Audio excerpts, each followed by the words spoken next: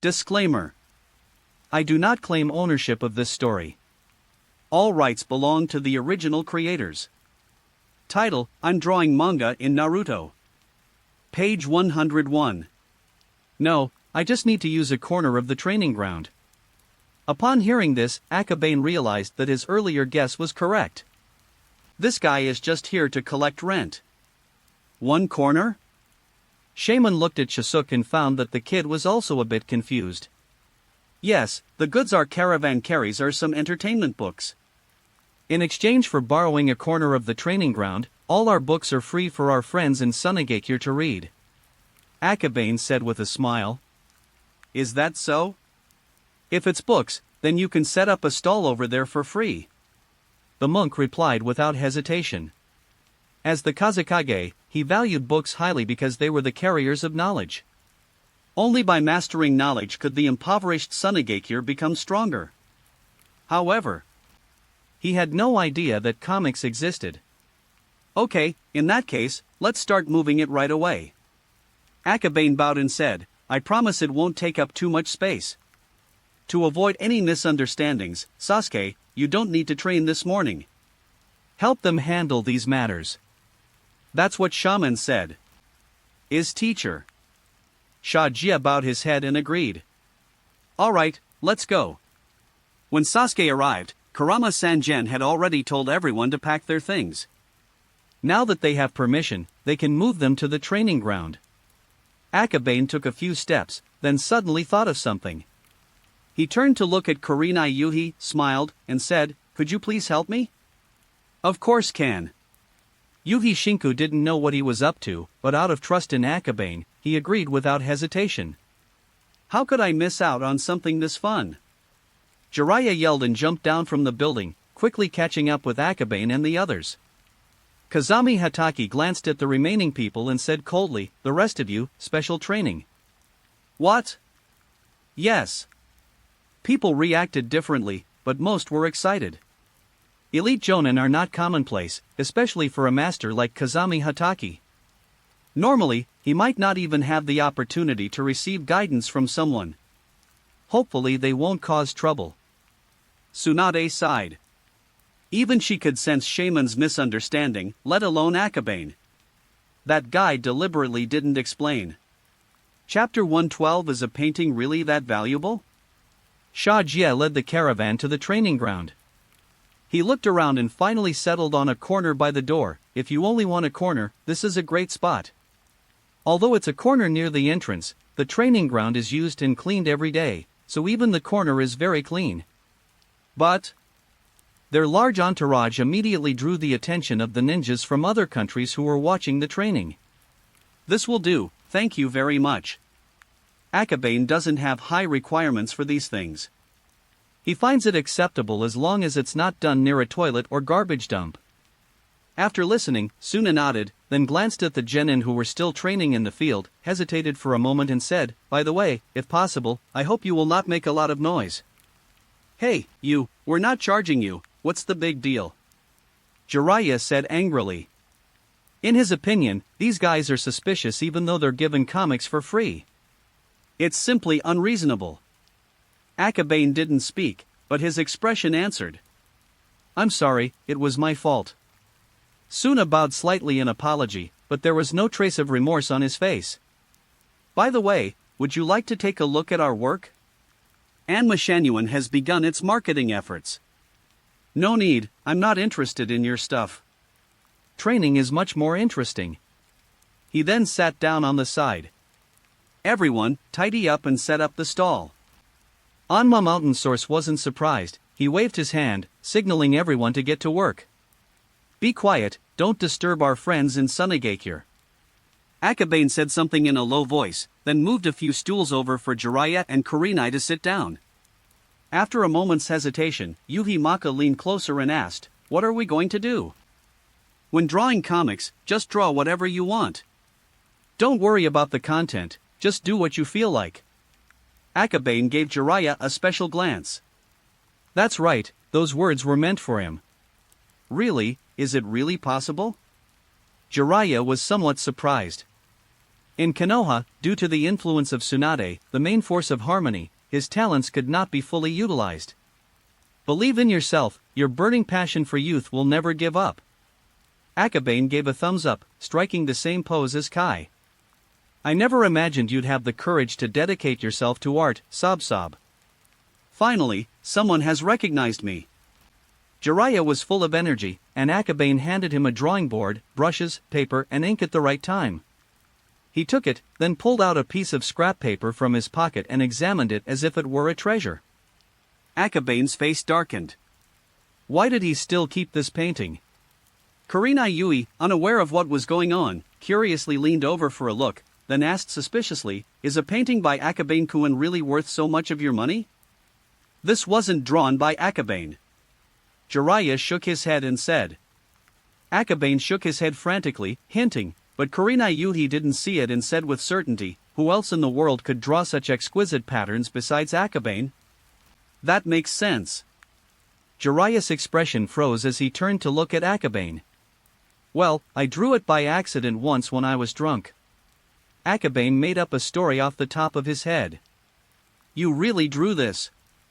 Jiraiya's voice rose 3 octaves, his expression one of astonishment. Well, it's me. Akabane was extremely embarrassed, but he nodded with a forced smile. Kurenai Yui touched her nose. She realized that Akabane probably didn't want to tell Jiraiya the truth. At this moment, he also noticed the content of the painting. This kind of painting, well, no wonder. Kurenai Yui felt increasingly guilty and got up to quietly retreat. Shinkoku-kun, don't rush off. Akabane smiled and pressed down on his shoulder, then said apologetically to Jiraiya, "It was wrong of me to keep it from you. So, I'll teach you how to draw. Who wants to learn this?" Kurenai Yui roared inwardly, but dared not get up. That smile was so sinister and terrifying. In comparison, Jiraiya was completely different. He was so excited that he immediately forgot about his displeasure at being deceived. From the moment Jiraiya obtained this painting, he treasured it and diligently studied its essence. Unfortunately, it was too broken. He couldn't learn anything new no matter how much he studied, which led him to feel lost for a time.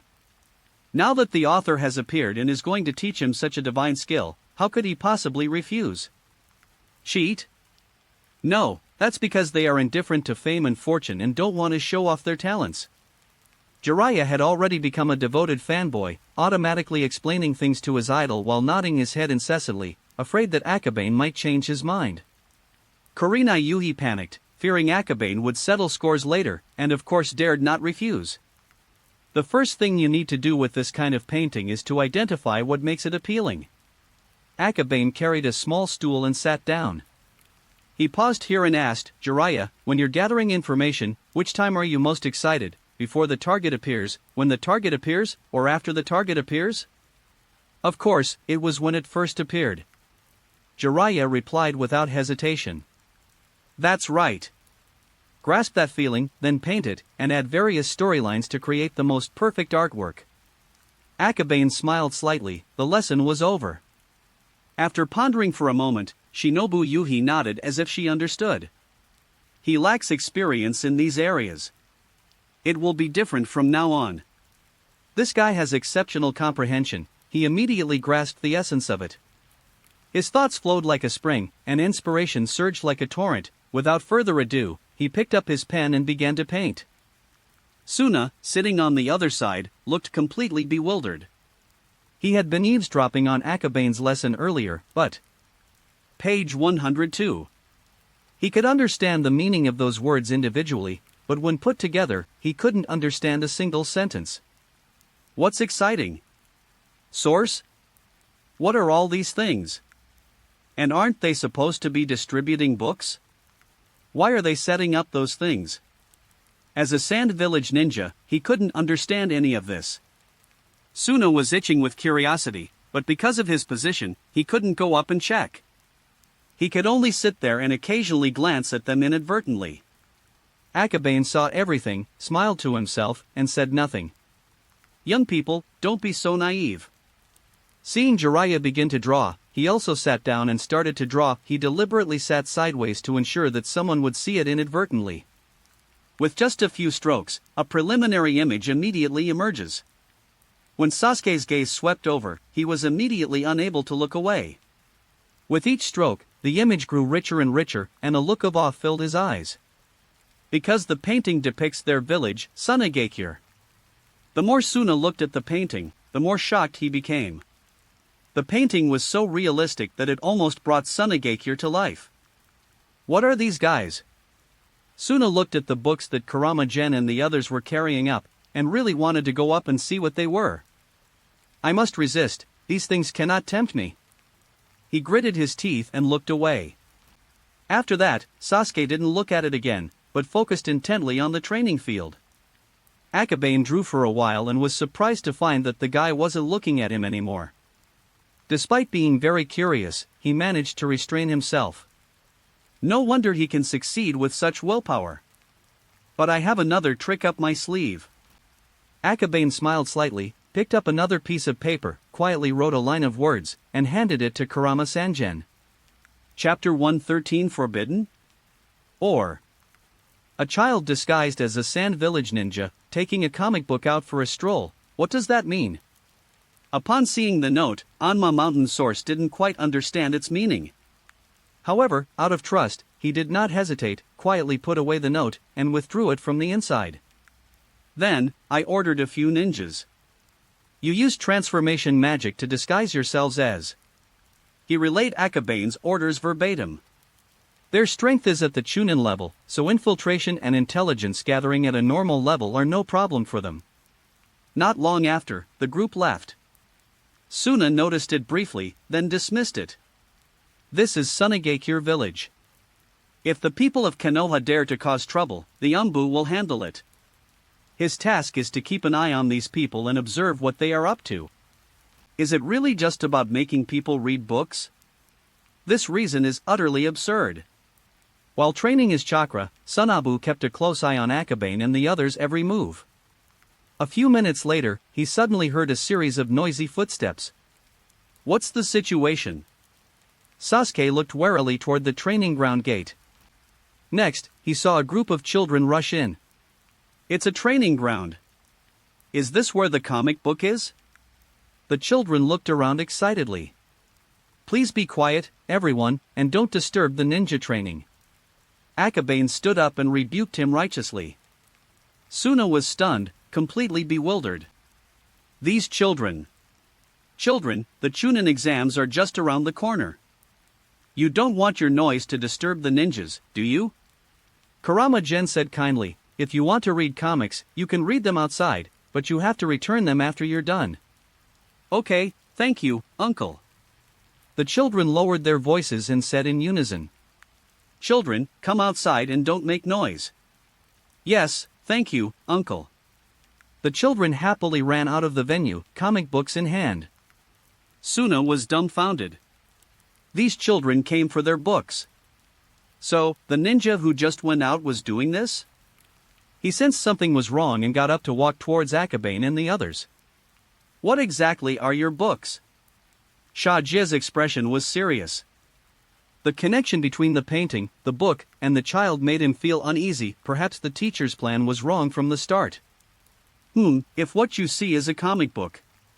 As Akabane spoke, he casually picked out a book for him. Suna glanced at the cover. One Piece? What's this? He took it and turned to the first page. A sea, a ship, and a little boy wearing a straw hat. The art style is vastly different from the aerial view of Sunagakure that Akabane is currently drawing. Page 2, page 3. Suna's expression gradually turned serious. This was not a book that imparted knowledge at all, but rather some boring storybooks. Let's criticize it again. He continued to look through the pages. The ocean was completely foreign to him, so he had no way of knowing whether what was depicted was real or absurd fantasy. Devil fruits? These things are truly absurd fantasies. Suna sneered inwardly. If such a thing existed on the sea, the land of water would have already dominated it. Why would it need to remain confined to a corner, unable to launch an attack on land for so long? These kinds of boring books must be banned, he thought to himself. However, while thinking this, he had unknowingly flipped to the last chapter. It's quite pretty. Suna put down the manga. This kind of strange adventure story on the sea was indeed very attractive to them, who had lived in the desert all their lives and had never seen the sea. Turning to the last page, he put down the book and began to ponder how to deal with the problem at hand. Prohibition? Or? Before he could make a decision, he was momentarily distracted and heard a noisy conversation around him. Looking up, outside the small shed, dozens of genin who had finished their training were holding books and flipping through them with great interest. What? Suna was stunned. When did these people arrive here? He hadn't noticed them at all. Illusion? He looked at Akabane warily. Don't get me wrong, Sasuke-kun. I've been drawing since just now. Akabane pointed at the painting in front of him.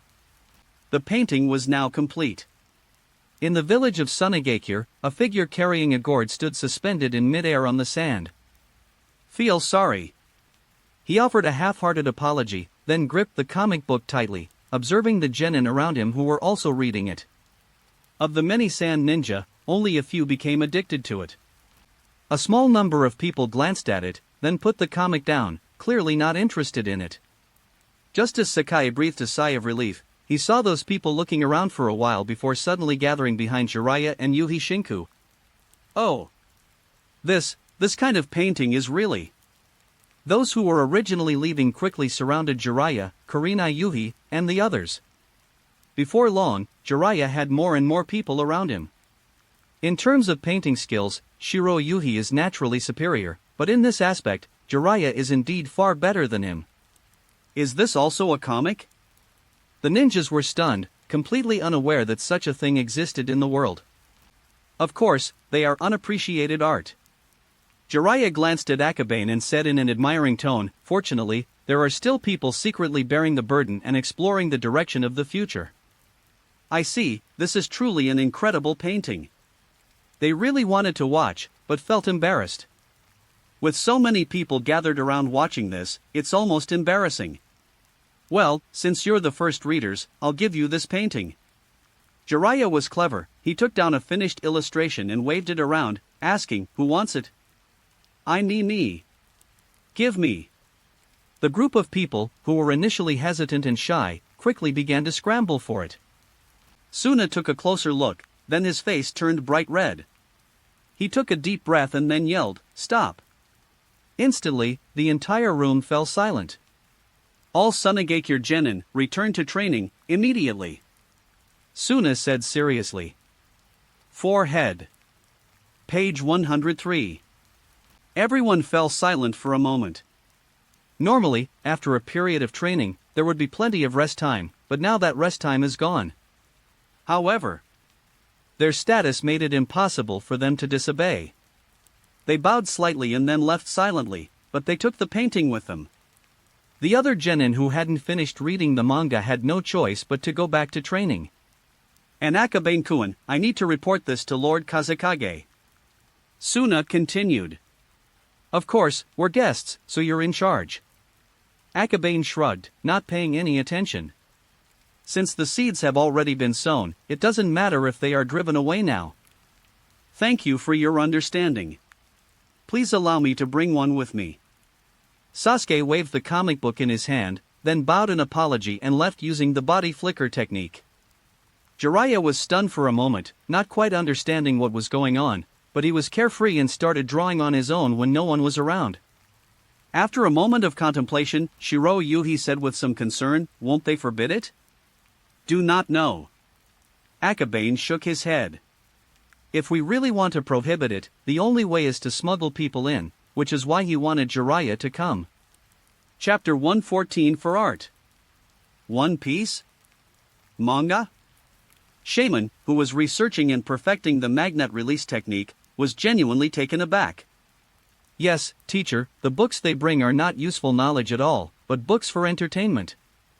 Sha Jia was somewhat worried. Knowledge can make people powerful, but books for entertainment only erode one's fighting spirit. The door was opened, and he began to look. After a few seconds, Sasuke asked nervously, "Teacher, how do you feel?" "Not bad, the story is quite interesting." That's what Shaman said. That's it? Don't you think it's a different kind of poison? That's what Sasuke said. The second Kazekage glanced at him, then put down the manga and the research scroll in his hand, sat down in the chair and said, "Sasuke, it's nothing, the war is over." When Suna heard his teacher say this, he was stunned for a moment, and then his excited voice became a few octaves louder. "Our Sunagakure is far from the time to enjoy a life of luxury. Sasuke, you need to understand that policies implemented during wartime may not be applicable during peacetime." Shaman shook his head, his expression turning serious. "If all we need to do is focus on developing our military preparedness and strength, what's the point of spending so many resources on the Chunin exams?" Sasuke opened his mouth, but in the end didn't refute it. He just said unwillingly, "Are we just going to let them spread this?" "Of course not." The monk got up and walked outside.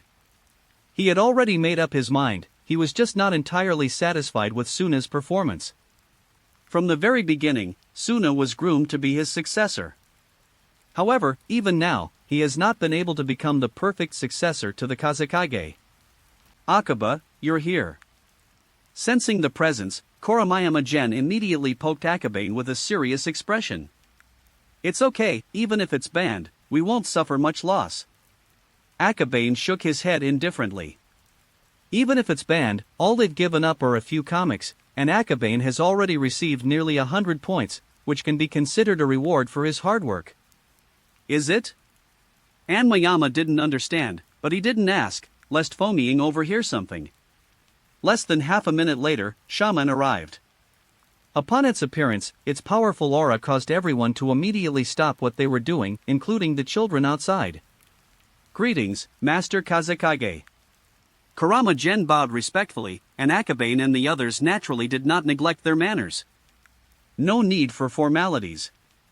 "I only learned from Sasuke that I had misunderstood your book, and I sincerely apologize for that."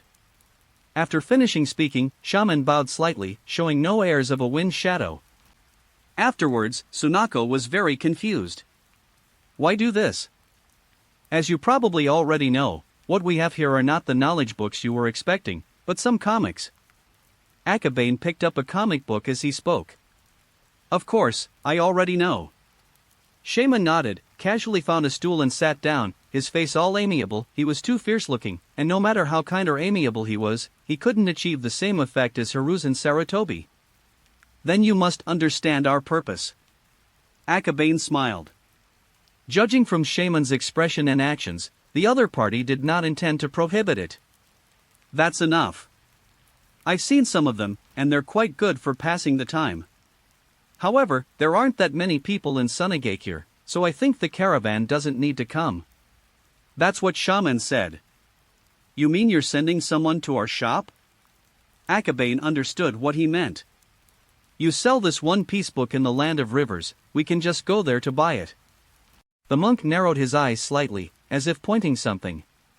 "This saves us a lot of money, but the comics you bought will only circulate in Sunagakure." Akabane said knowingly. As expected, Kinsho is from Sunagakure. Shaman must have received the news and gathered considerable intelligence, guessing that Jinsha was likely killed by someone from Konoha. However, there is definitely no evidence, otherwise they would have presented it in exchange for more benefits. Now Sunagakure doesn't care about the gold dust, and Akabane doesn't care how many copies the monk will buy or whether he will print them himself after buying them.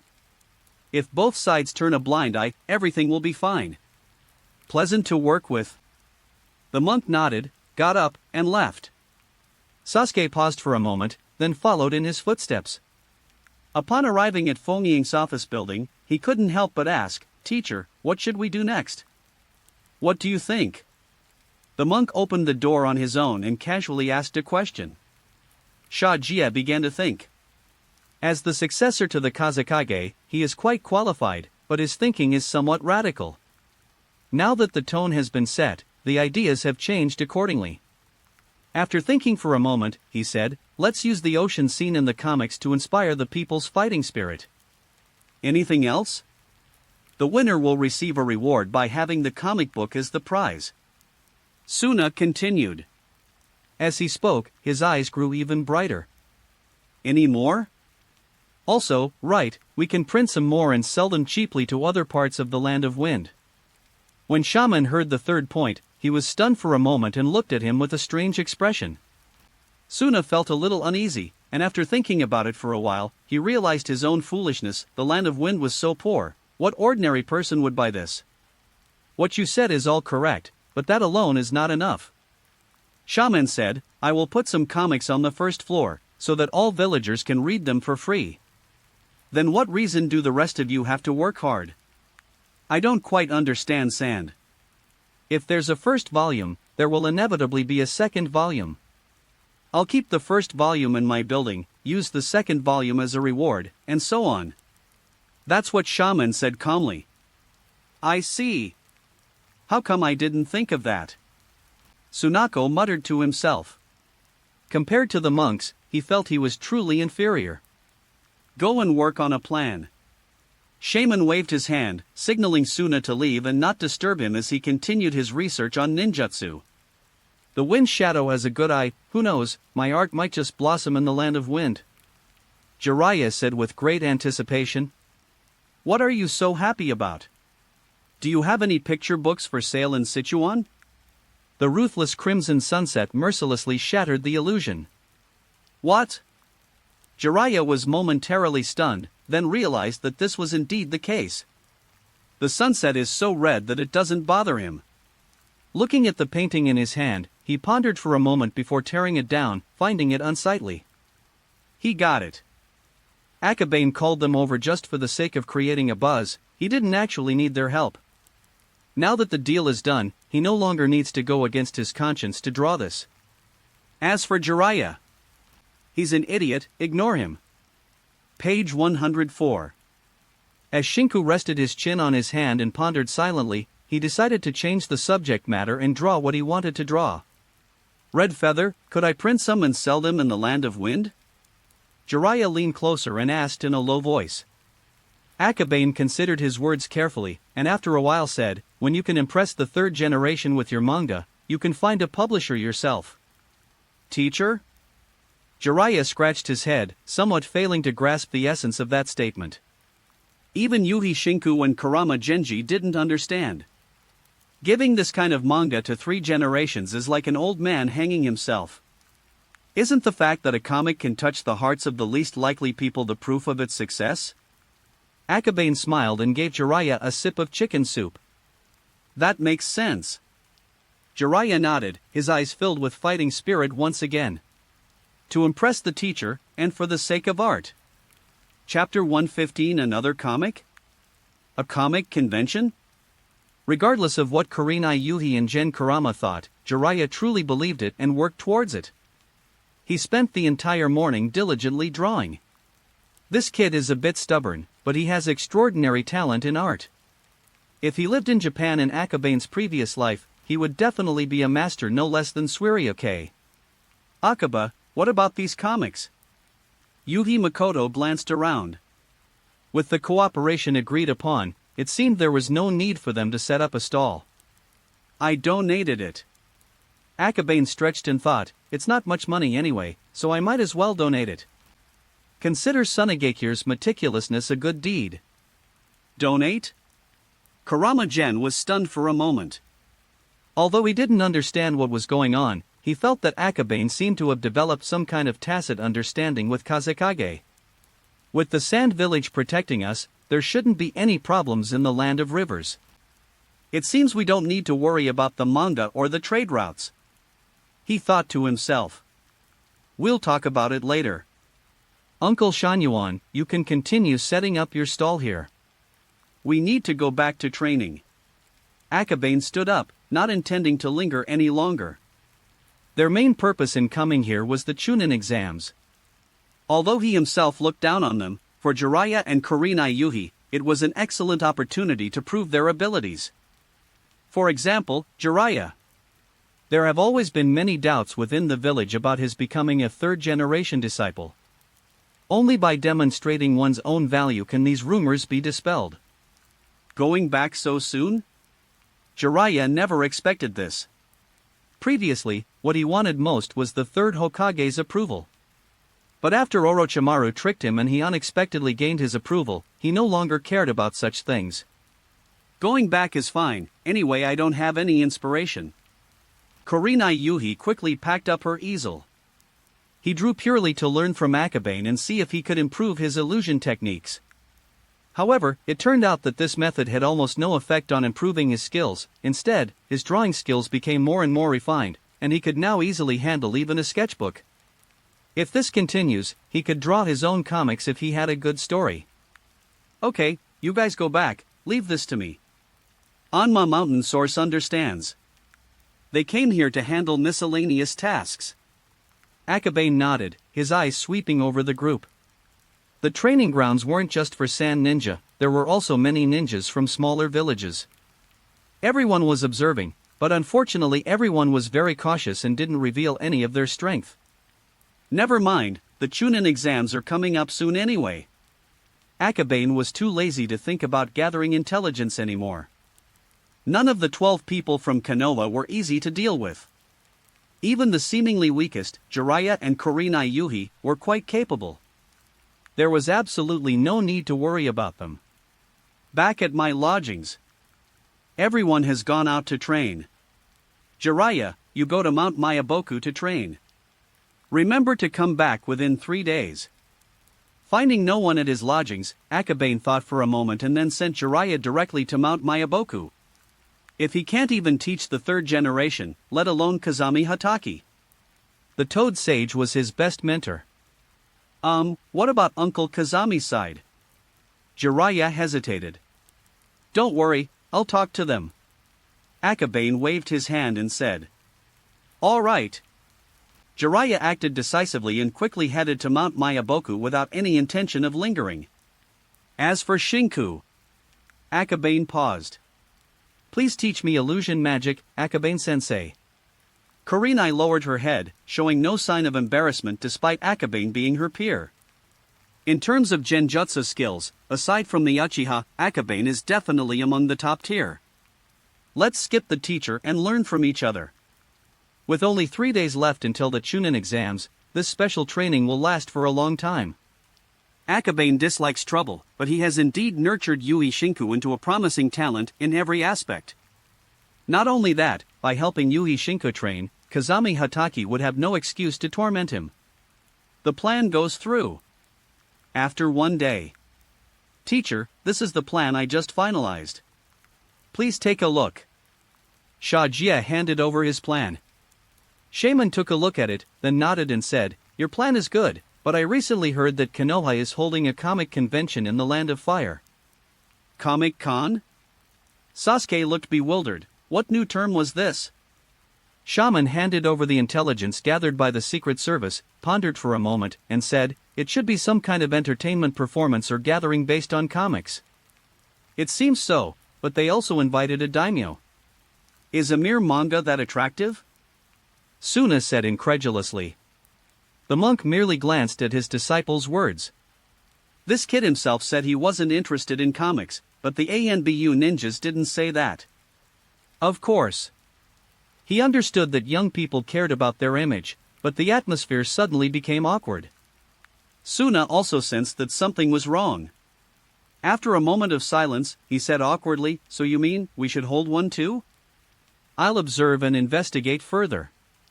Compared to that, I'm more curious about the content of their other comic series. Shaman leaned back in his chair. It wasn't until they investigated that they realized the manga had been popular in Konoha for so long. Not only that, he also took the opportunity to discover the unrest in the Land of Whirlpools. Another manga? Not just one piece. Sasuke's voice instantly rose several decibels, and his eyes seemed to be shining. But soon he realized something was wrong. He seemed to be getting a little too excited. Shaman gave him a cold look, and after a few seconds said, Let's not worry about that for now. The most important thing right now is the Chunin exams. Yes. Suna chuckled awkwardly. The ninjas of Konoha have been behaving very strangely since yesterday. Shaman tossed over a piece of paper with the day's movements of the Konoha ninjas written on it. Sakai took a look and became increasingly puzzled as he read the back. He frowned and said, "They claim it's training and no visitors are allowed, but they haven't left the house since this afternoon. What kind of special training is this? Use the excuse of building a comic book store to go there and find out what's going on," the monk said calmly. "The most terrifying enemies are those that lie in wait, and in their eyes, the people of Konoha were in that state." "Yes, please don't worry." Suna immediately put aside the other manga set in Konoha and focused on this matter. His ability to exercise sufficient restraint is one of his strengths. In addition, you also need to improve your own abilities. The monk handed over another scroll, which contained some of his research over the past few days. "These are some of my recent improvements to the magnet release technique. You can take a look." "Thank you, teacher." Suna immediately took it and bowed gratefully. "Go for it, Sunasuke." The monk's tone was somewhat heavy. The first Chunin exams are being held on their own land, the land of wind. If they are to be swept aside on their own turf, they will truly lose all face. If it weren't for the Chunin exams, Suna would have been promoted to Special Jonin long before the war ended. After reading the information from the Land of Rivers, he felt that Suna might not be strong enough, especially that one named Kurama Akabane, whom even he couldn't see through. Chapter 116 Game, Desert Survival. Again. Kazami Hatake spoke indifferently. And many more. Akabane rubbed his temples, feeling a bit mentally fatigued from continuously casting spells. Page 105. However, he said he stopped mainly because of an uninvited guest. Kazami Hatake was slightly taken aback, but then he also sensed the arrival of the people from Sunagakure. "Okay, everyone take a rest." Kazuki waved his hand, signaling everyone to go back and rest to replenish their energy. Akabane lay down and took a nap on the bench before Suna arrived. He admitted that he had underestimated Kazami Hatake. As the head of the Hatake clan, he is quite comprehensive in training and guidance. Even though Akabane claims to be helping Yuhi Shinko train in illusion magic, he cannot escape his clutches. Yes, it's a real illusion. For most of the day, as long as the others could hold on, he had to repeatedly use the real illusion, ostensibly to challenge his limits. However, I have to admit that I have become more refined in my control of chakra. Dong dong dong. A knock sounded on the door, and Akabane snapped his fingers. However, this was not Konoha. The family's caravan had gone out to set up a stall, while the rest of the family went upstairs to rest, leaving only Akabane and Hatake Kazami downstairs. The knocking continued, and Akabane finally remembered what had happened. As he stood up, Kazami Hatake had already reached the door. "I'm sorry. Mr. Kazami, I didn't expect you to come in person." Suna apologized politely, bowing his head, but then noticed that the person who opened the door had long legs and dressed completely differently from Akabane and the others. Looking up, I realized it was Kazami Hatake. "It's nothing, everyone's just tired." After opening the door, Kazami Hatake turned around and sat down. Suna glanced inside and found that only Akabane and Kazami Hatake were on the first floor. "What about the rest?" "Ah, it's Sasuke-kun." "Sorry, I just fell asleep and didn't hear you at all." Akabane looked sleepy. His exhaustion was half an act. In reality, he still had enough energy to unleash 2 or 3 more real illusions containing 8 people each. It's all right. It seems you've gone through a tough training session." Suna glanced at the venue, his heart filled with doubt. There was absolutely no trace of training or activity. "No, I want to sleep every day." Akabane sat up, his eyes vacant. He glanced at him, then pointed to his seat, too lazy to say anything. Suna calmed down and stopped paying too much attention to his surroundings, lest they notice something. He sat down, thought for a moment, and then said, "To promote comics, the teacher has decided to set up a comic book shelf on the first floor of the building that everyone can read. The teacher sent me here to ask for your opinion." "That's a really good suggestion. If you don't mind, I'd like to donate all the comics I brought with me this time as a small token of my appreciation." Akabane, of course, didn't mind. Before setting off for the Land of Wind, he he had no intention of taking much money from these stingy people's pockets. I feel so bad about that. Suna was stunned. What use are 100 comic books to him? They only add up to 10,000 taels of silver. We didn't get any key intelligence at all. It's nothing. The friendship between the two countries of wind and fire will last forever. A few comic books are nothing. Akabane smiled and said some polite words. Sakae was momentarily speechless, unable to refuse. After a moment of hesitation, he could only ask again, "Then I have a personal question. Comics are how I entered the land of wind. Feel free to ask me any questions." Akabane said very generously. "I heard you held a comic convention in the land of fire. What's that?" While asking questions, Suna continued to observe. Unfortunately, apart from Akabane looking exhausted, as if his chakra and mental energy were greatly depleted, he didn't see anyone else at all. What are these people up to? Kazami Hatake gave a cold laugh, got up and went upstairs. Did you go upstairs? As expected, they were undergoing secret training and didn't want them to know, so they were hiding in the house. Suna thought to himself. His unease was palpable even to those upstairs, let alone Akabane and Kazami, who were directly facing him. Akabane waited until his gaze shifted away from Kazami Hatake before smiling slightly and saying, "Comic conventions are actually gatherings for manga enthusiasts to share their manga-related works, cosplay, and shows." I see.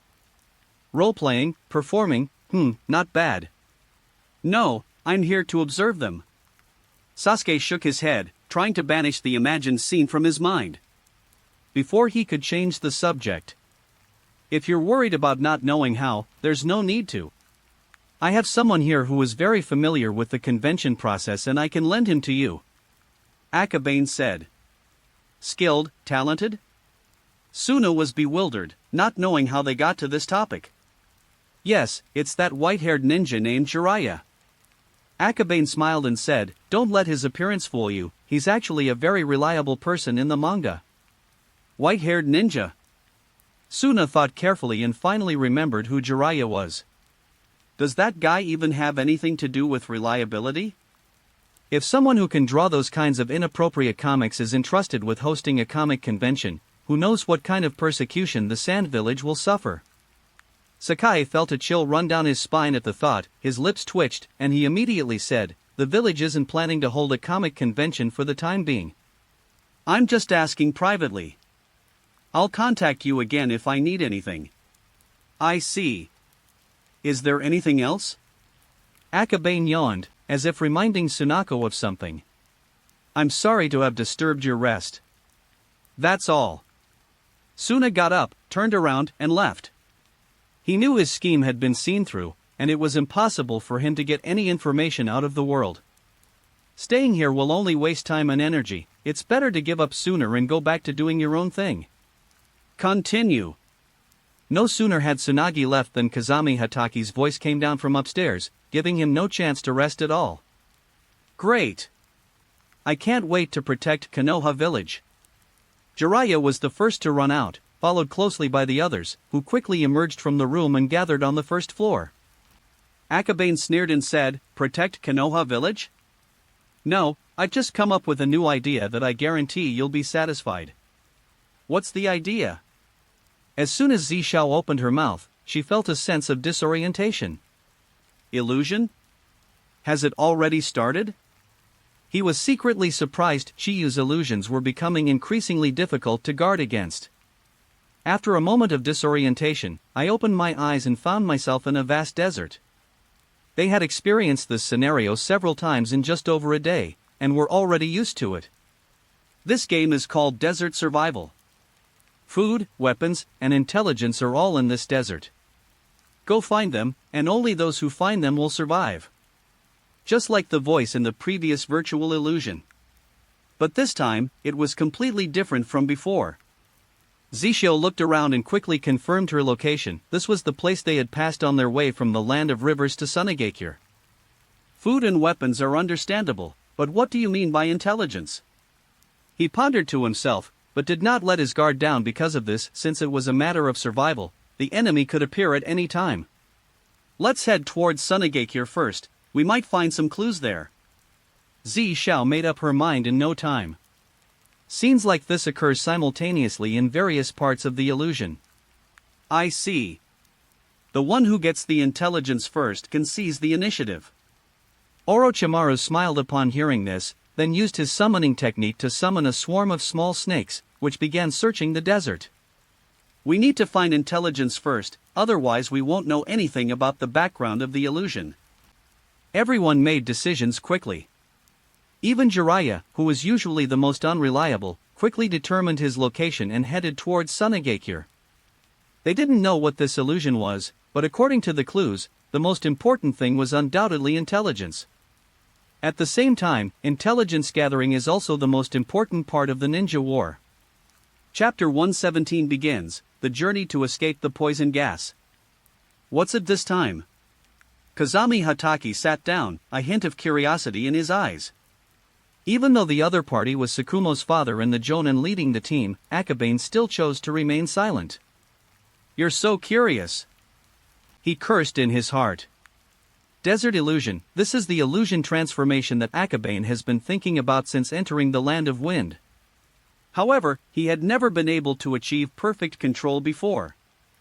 After using the real illusion continuously throughout the day, he gradually felt that he could do it. Of course. Given Akabane's personality, he originally didn't want things to go through so much trouble, but who knew these guys would become so obsessed with protecting Konoha? I guess, the desert. Kazami Hatake closed his eyes, seemingly unconcerned about what was actually in the illusion. However, if they truly didn't care, they wouldn't go to the trouble of guessing. Akabane remained silent, his attention entirely focused on the illusion. Such a large illusion placed a considerable strain on his mental energy. Moreover, with his ability to view illusions, it felt almost like watching a live stream. Page 106. When it comes to intelligence gathering, psychic magic is practically cheating. Countless snakes roam the desert. Although they were not adapted to the desert climate, as summoned spirit beasts, they still dutifully completed their mission, intelligence gathering. This is a piece of paper. Comics? Orochimaru took it in his hand, glanced at it, and after a moment of confusion, examined it closely. In order to train super ninjas, Sunagakure throws ninjas into the desert and releases poisonous fog into the desert. Only by obtaining the antidote and reaching Sunagakure can they survive. It was a short one-page comic, but its contents were enough for Orochimaru to understand everything. The poisonous fog is expanding, but the antidote is only partially available. Only a portion of the people will survive this battle, and these manga fragments are the most important carriers of information. Interesting. He couldn't help but give a sinister smile. Fight alongside your companions, an unprecedented experience. Other places. Shuomao summons wolf fangs, also relying on summoned beasts to gather intelligence. Wolf Fang was still small, but its nose was already quite sensitive, and it quickly smelled something strange. After some searching. Nothing. It doesn't feel as good as a short sword, but it's still usable. Shuomao gripped the bitter pill and made a quick cut, feeling a surge of confidence. With weapons, his combat effectiveness will be greatly enhanced. Wolf Fang, find the others first. He picked up the kunai and prepared to meet up with his companions first. Woof. Wolf Fang let out a howl and strode off in a certain direction. Here you go. Shuomao praised him and followed in his footsteps.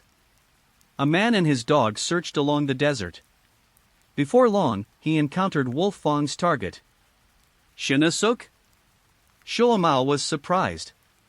After a moment of stunned silence, he asked curiously, "What's that in your hand?" It looks like a pot."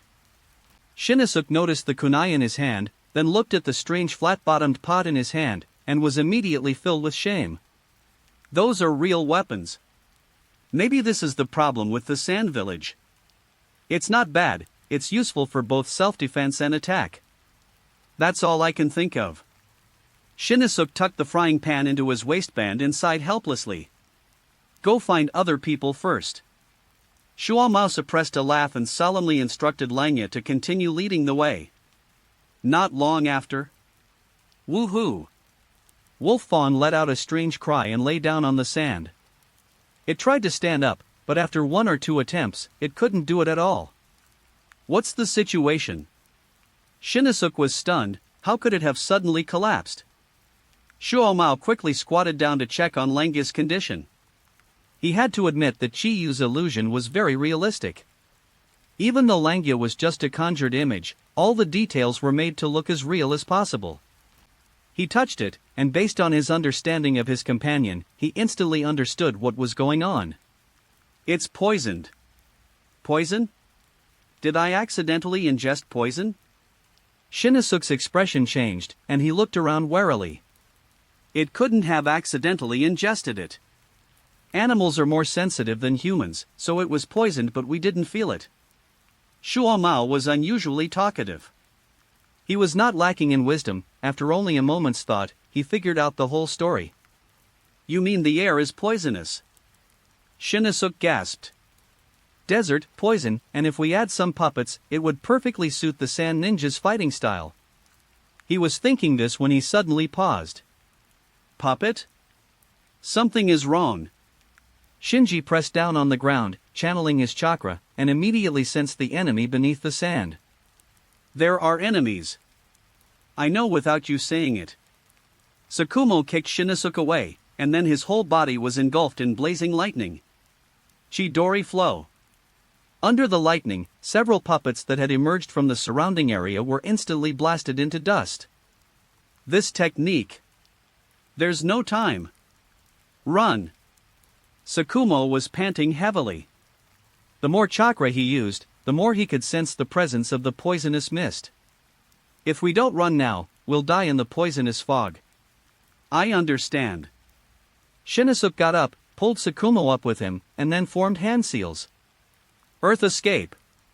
Idiot, the ground is poisonous too, let's run. The journey to escape the toxic environment begins. Akabane sneered, this is an illusion, not reality. If you can escape by using earth magic, then what's the point of calling it running away from the poison?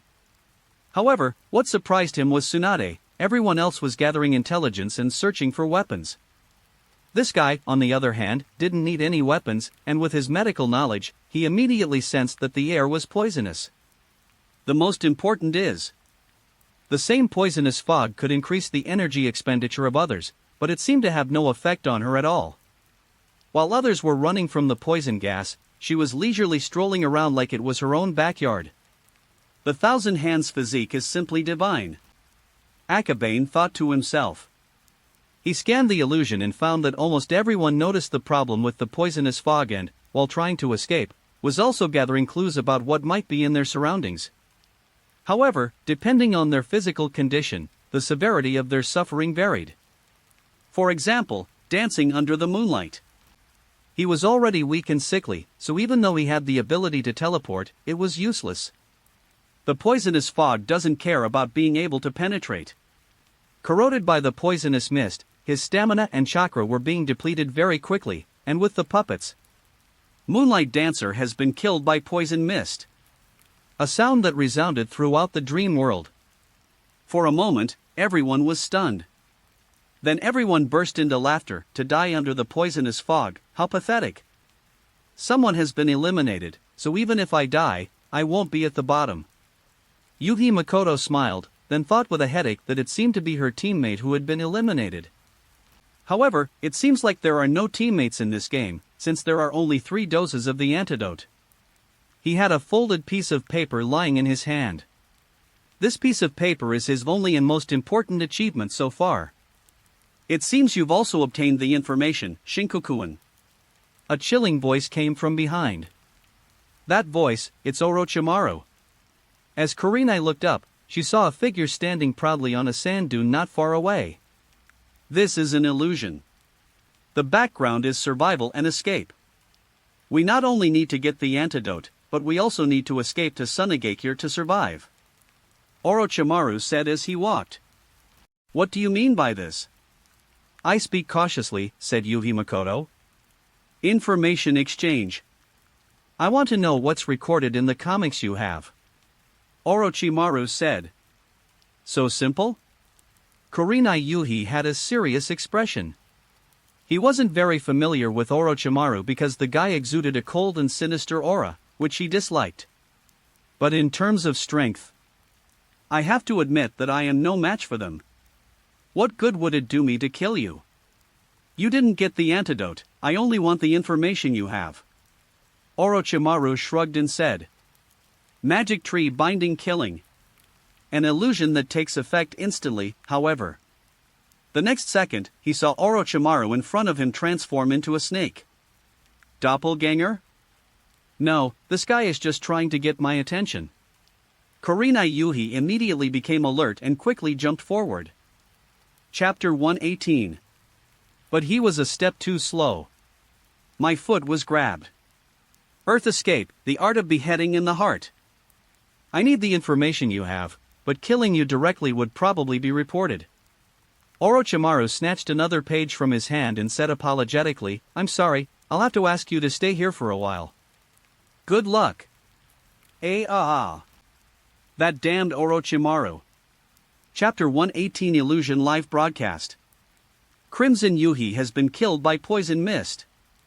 Killed by the poisonous fog again?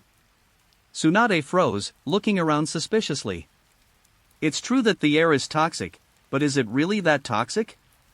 How stupid, another person has been poisoned to death, I'm dying of laughter. Jiraiya? Tsunade looked in the direction of the sound and, sure enough, saw that idiot laughing triumphantly. An airport. Jiraiya was slightly taken aback, not expecting to run into Tsunade. Tsunade was about to scold him when suddenly.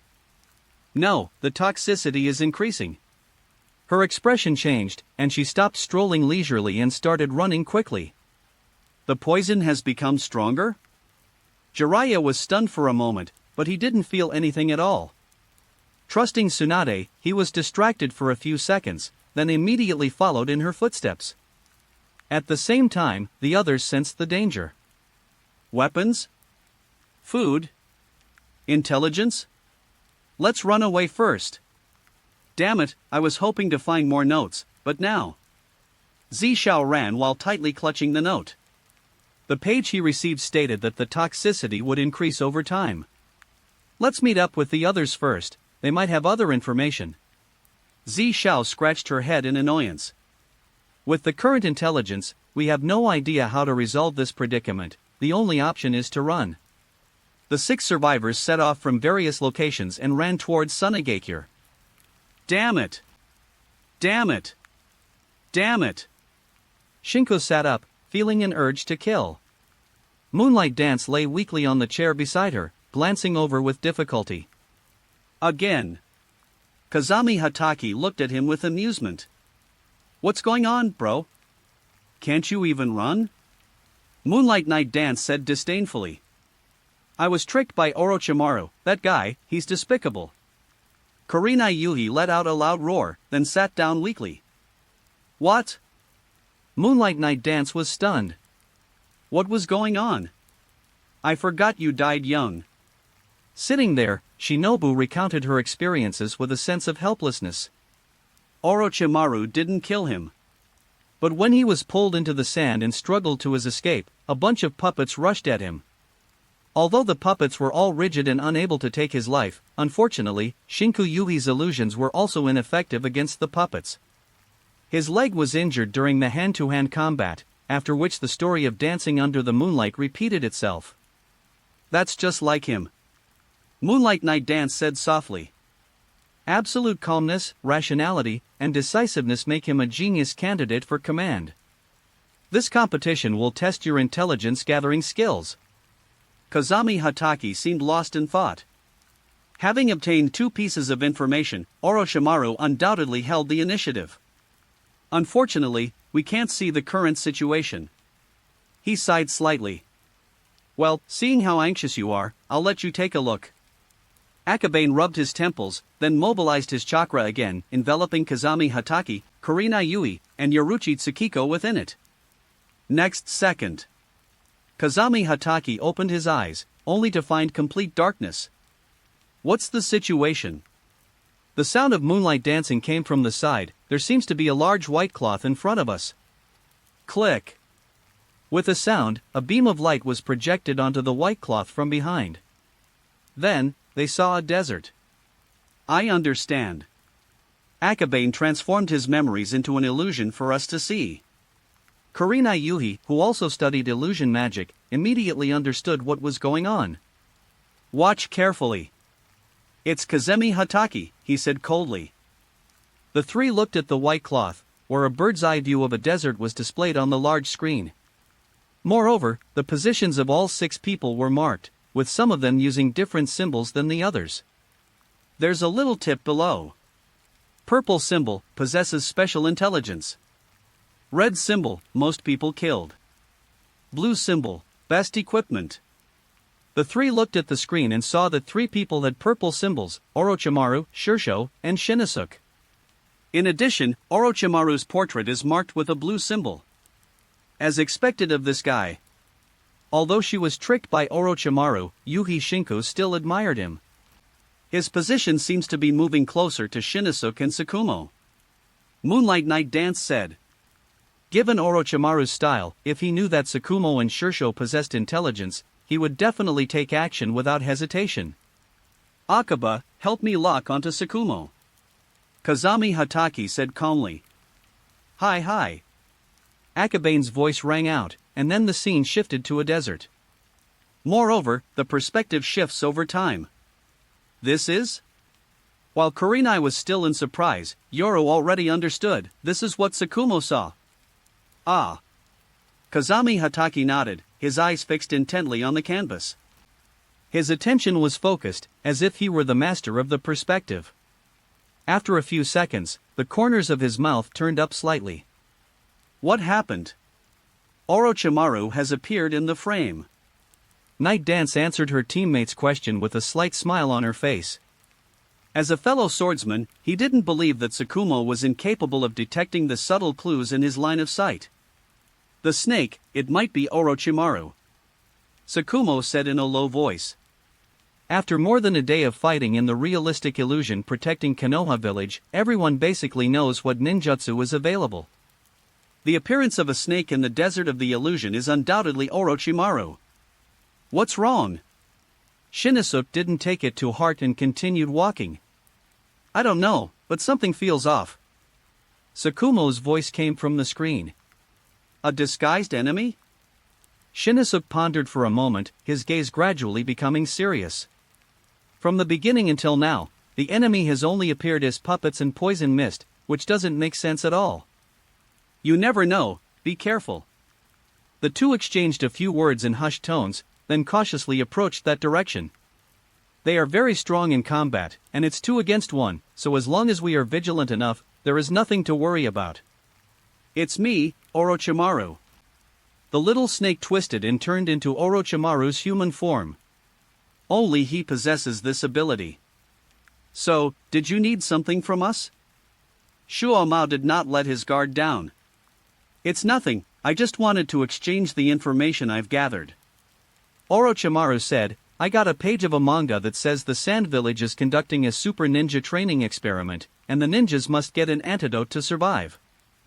Page 108. So, we will work together to find a cure.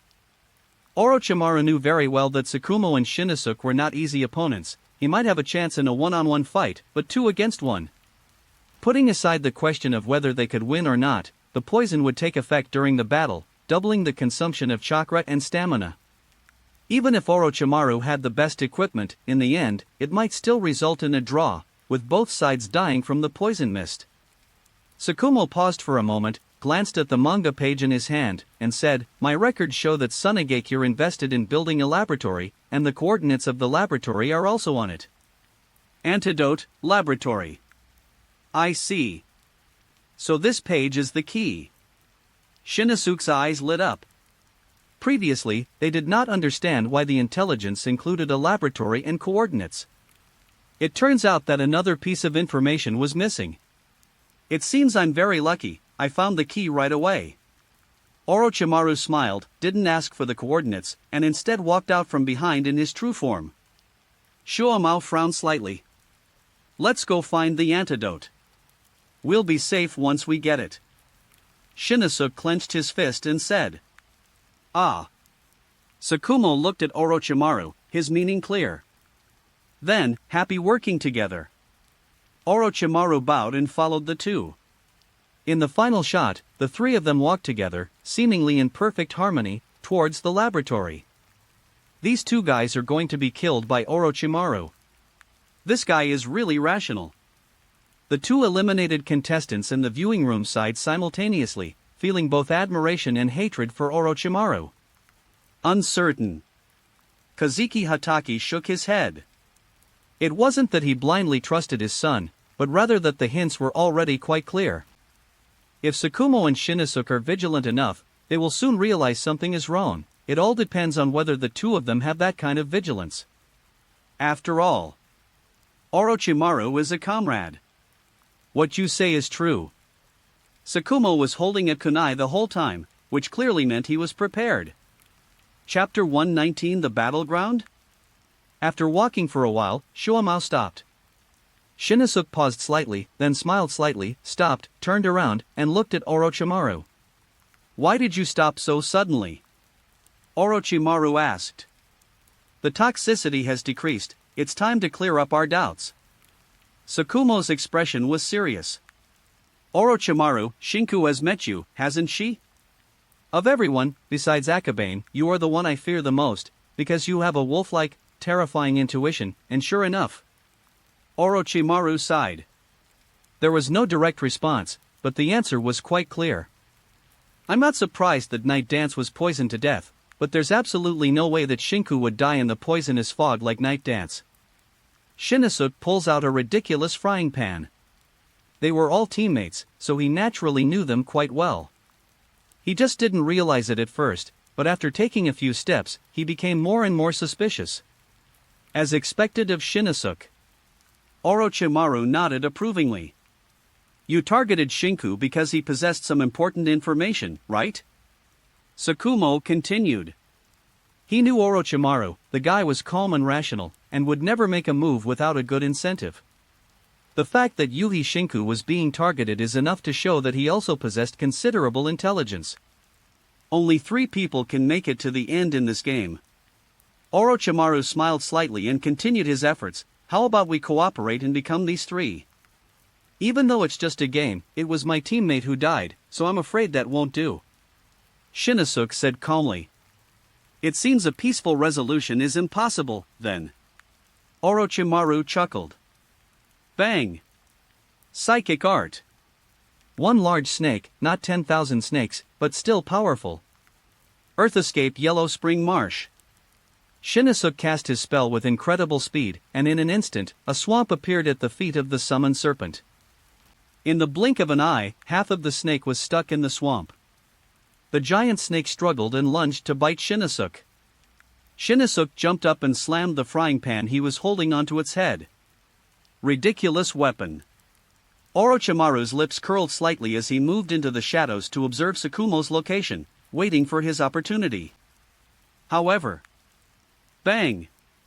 With a crisp, loud sound and a destructive force far exceeding everyone's expectations, the psychic serpent was smashed into the swamp by the frying pan.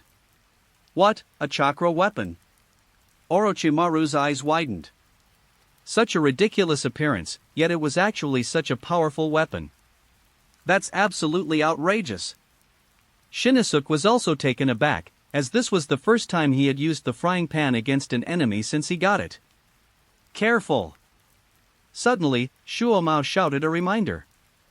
Shinosuke realized what was happening and saw several puppets appearing on the sand dunes not far away. These puppets opened their mouths and spat out more than a dozen poison needles. Chakra was infused, and the frying pan turned a yellowish-brown color. Tuck tuck tuck. With its superb speed, all the flying poison needles were blocked by the bottom of the pot. It can be used for both offense and defense. This thing is surprisingly useful. Shinosuke muttered to himself. Orochimaru was somewhat bewildered by the strange weapon, and when he saw the puppet appear, he formed a hand seal and used earth release to escape. On the other side, Sakumo quickly dealt with the puppet. That Akabane guy really knows how to cause trouble. Also, is it normal for a pot to be this powerful? Stop talking, look at the screen. Kurenai Yuhi points to the screen, which then transforms into a large map. From the overhead view, it's clear that Orochimaru hasn't actually left. On the other hand, Tsunade and Jiraiya seem to be heading this way at the same time. However, Zishiao's location also seems to be near the laboratory. As expected of Orochimaru. Kazami Hatake leaned back, an approving expression on his face. From the very beginning, Orochimaru had made two preparations. On one hand, he followed Tsukumo and Shinosuke, and on the other hand, he used his clones to search for Tsunade and Jiraiya's whereabouts. Even if their purpose is discovered, they can use clones to bring their teammates over, creating a 3-on-2 situation. What a cunning fellow! Moonlight Dance was somewhat worried, but judging from the large map, Orochimaru's strategy was undoubtedly very correct. Even if Tsukumo and Shinosuke obtain the antidote, they may end up like the mantis stalking the cicada, unaware of the oriole behind, because Orochimaru is tracking them. Seeing their performance, I'm relieved. Akabane, let me out. Kazuki Hatake waved and spoke to Akabane, who was controlling the illusion. You're not watching anymore? Akabane was somewhat surprised. They were quickly approaching the crucial final battle, and Kazami Hatake was no longer watching. There's nothing to see. As long as Tsunade and Jiraiya reunite, even if Shursho finds the same clues and comes to the lab, they will still be no match for Orochimaru and his two companions. Kazami Hatake said, after all, this guy has collected so many weapons, but he hasn't used a single one of them yet. Kurenai opened her mouth, then dejectedly realized it really was true. As expected of Uncle Kazami. Akabane smiled, and then the scene changed again. No one was in the shop this time, it was a dimly lit place. Then, the scene changed repeatedly. This is a laboratory. I've put a lot of weapons and equipment, as well as amplifying drugs, inside. Akabane chuckled mischievously. Besides, this kind of environment is the perfect place for Tsukumo to shine. Shuamao's abilities are best suited for assassination operations in this type of terrain. Orochimaru has summoning beasts. Kazami Hatake remained pessimistic, believing that even in the darkness, Tsukumo and Shinosuke would find it difficult to hide amidst the massive number of summoning snakes. They're here.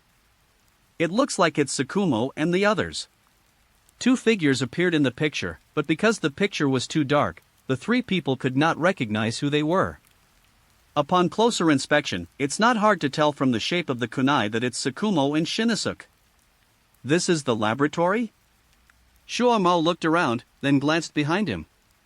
He knew Orochimaru was following him, but if he tried to drive him away, it was just a snake clone. Even if he killed it, several other snakes would still be following him in the dark, so it was pointless. The only solution is to find the antidote first. With the antidote available, Orochimaru only had two choices: either attack or give up. We'll split up. I'll guard the door, and you go inside to find the antidote. Page 109. Shinosuke spoke in hushed tones. There may be more than one path to the laboratory, but they only know this one, including Orochimaru. As long as the entrance is guarded, Orochimaru will be unable to pass through, and the longer the time is delayed, the higher the chance of finding the antidote. It is good. Tsukumo trusted Shinosuke, so he agreed without hesitation and went into the laboratory. The visibility was poor, but it was not difficult for a ninja to see clearly. Orochimaru, come out here. You can't get past me with your earth release techniques. Shinosuke turned around, holding a frying pan, and said calmly. Earth release is his most confident ninjutsu. It seems this is the final battleground. Unfortunately, I haven't had enough of this game yet, so I can only defeat you. Orochimaru licked the corner of his mouth. Sarutobi Shinosuke. Let me see just how strong the teacher's child is. Without further ado, Shinosuke quickly unleashed a ninjutsu by forming hand seals. Earth release, earth and land return. A stone wall appeared out of thin air, blocking the only passage to the laboratory and isolating Orochimaru from the outside. Shinosuke knew very well that his goal was not to defeat Orochimaru, but to block the entrance, preventing outsiders from entering and giving Tsukumo enough time to find the antidote. In terms of defense, Earth is a type of magic that can be very troublesome, is indeed very annoying.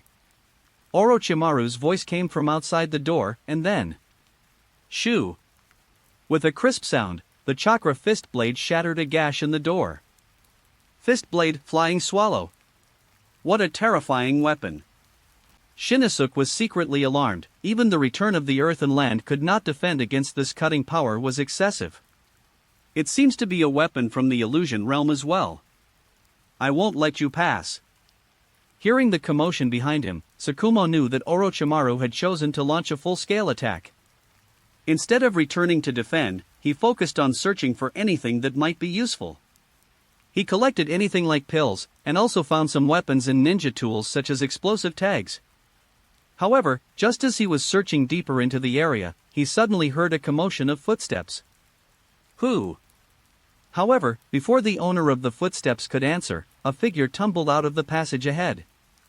10 puppets followed closely behind him. Shuwamo?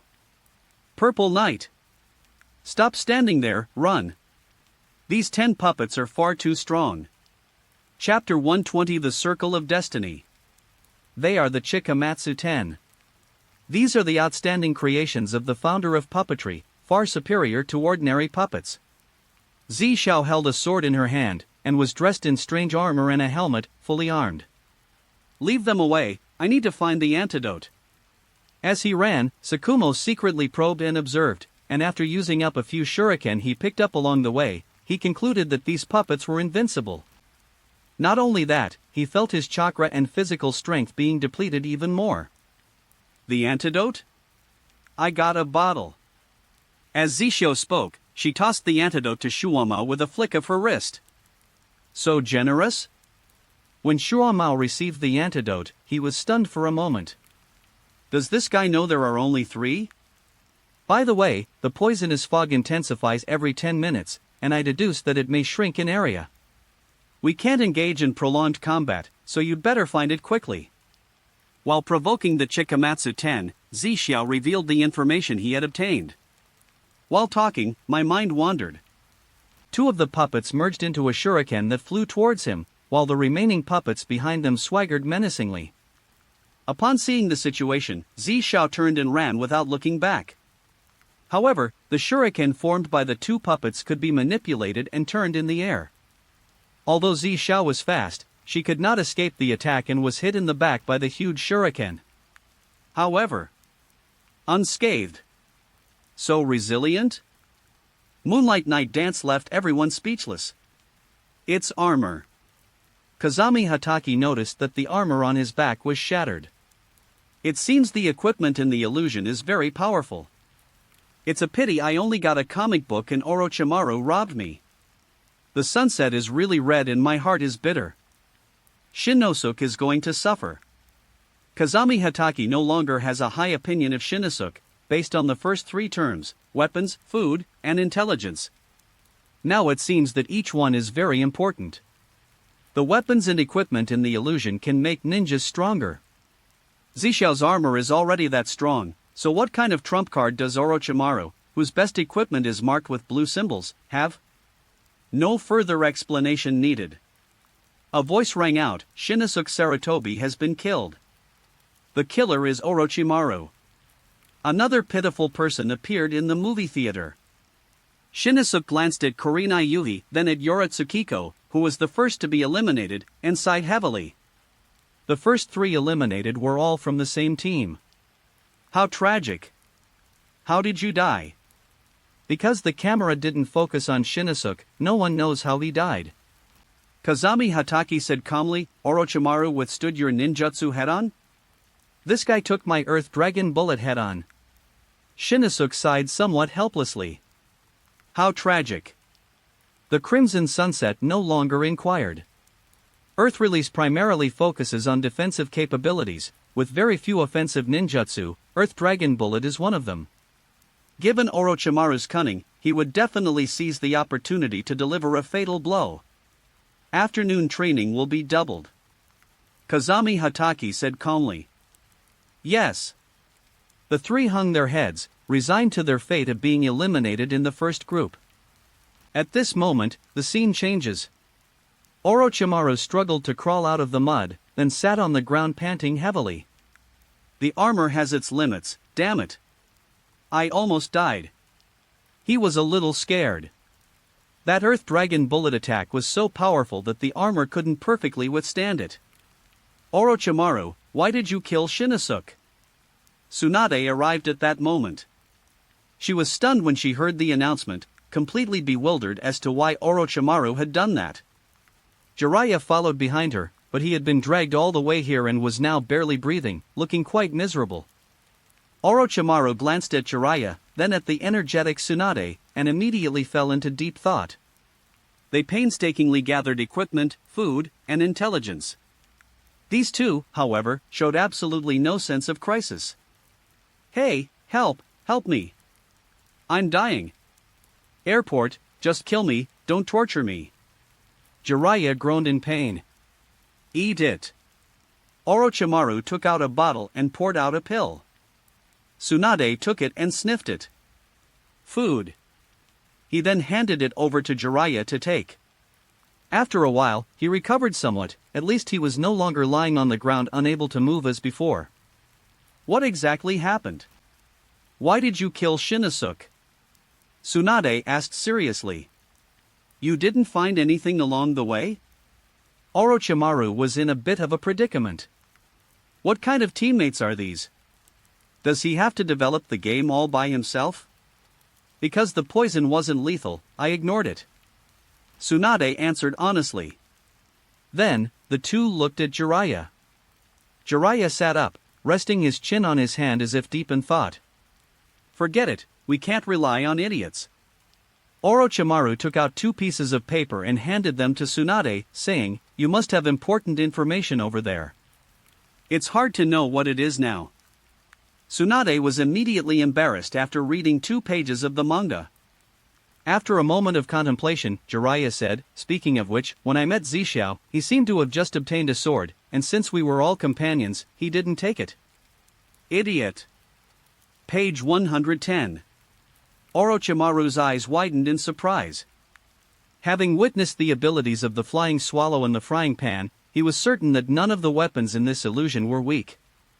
A sword-shaped weapon, absolutely extremely powerful. Well, it's not too late to beat them up now.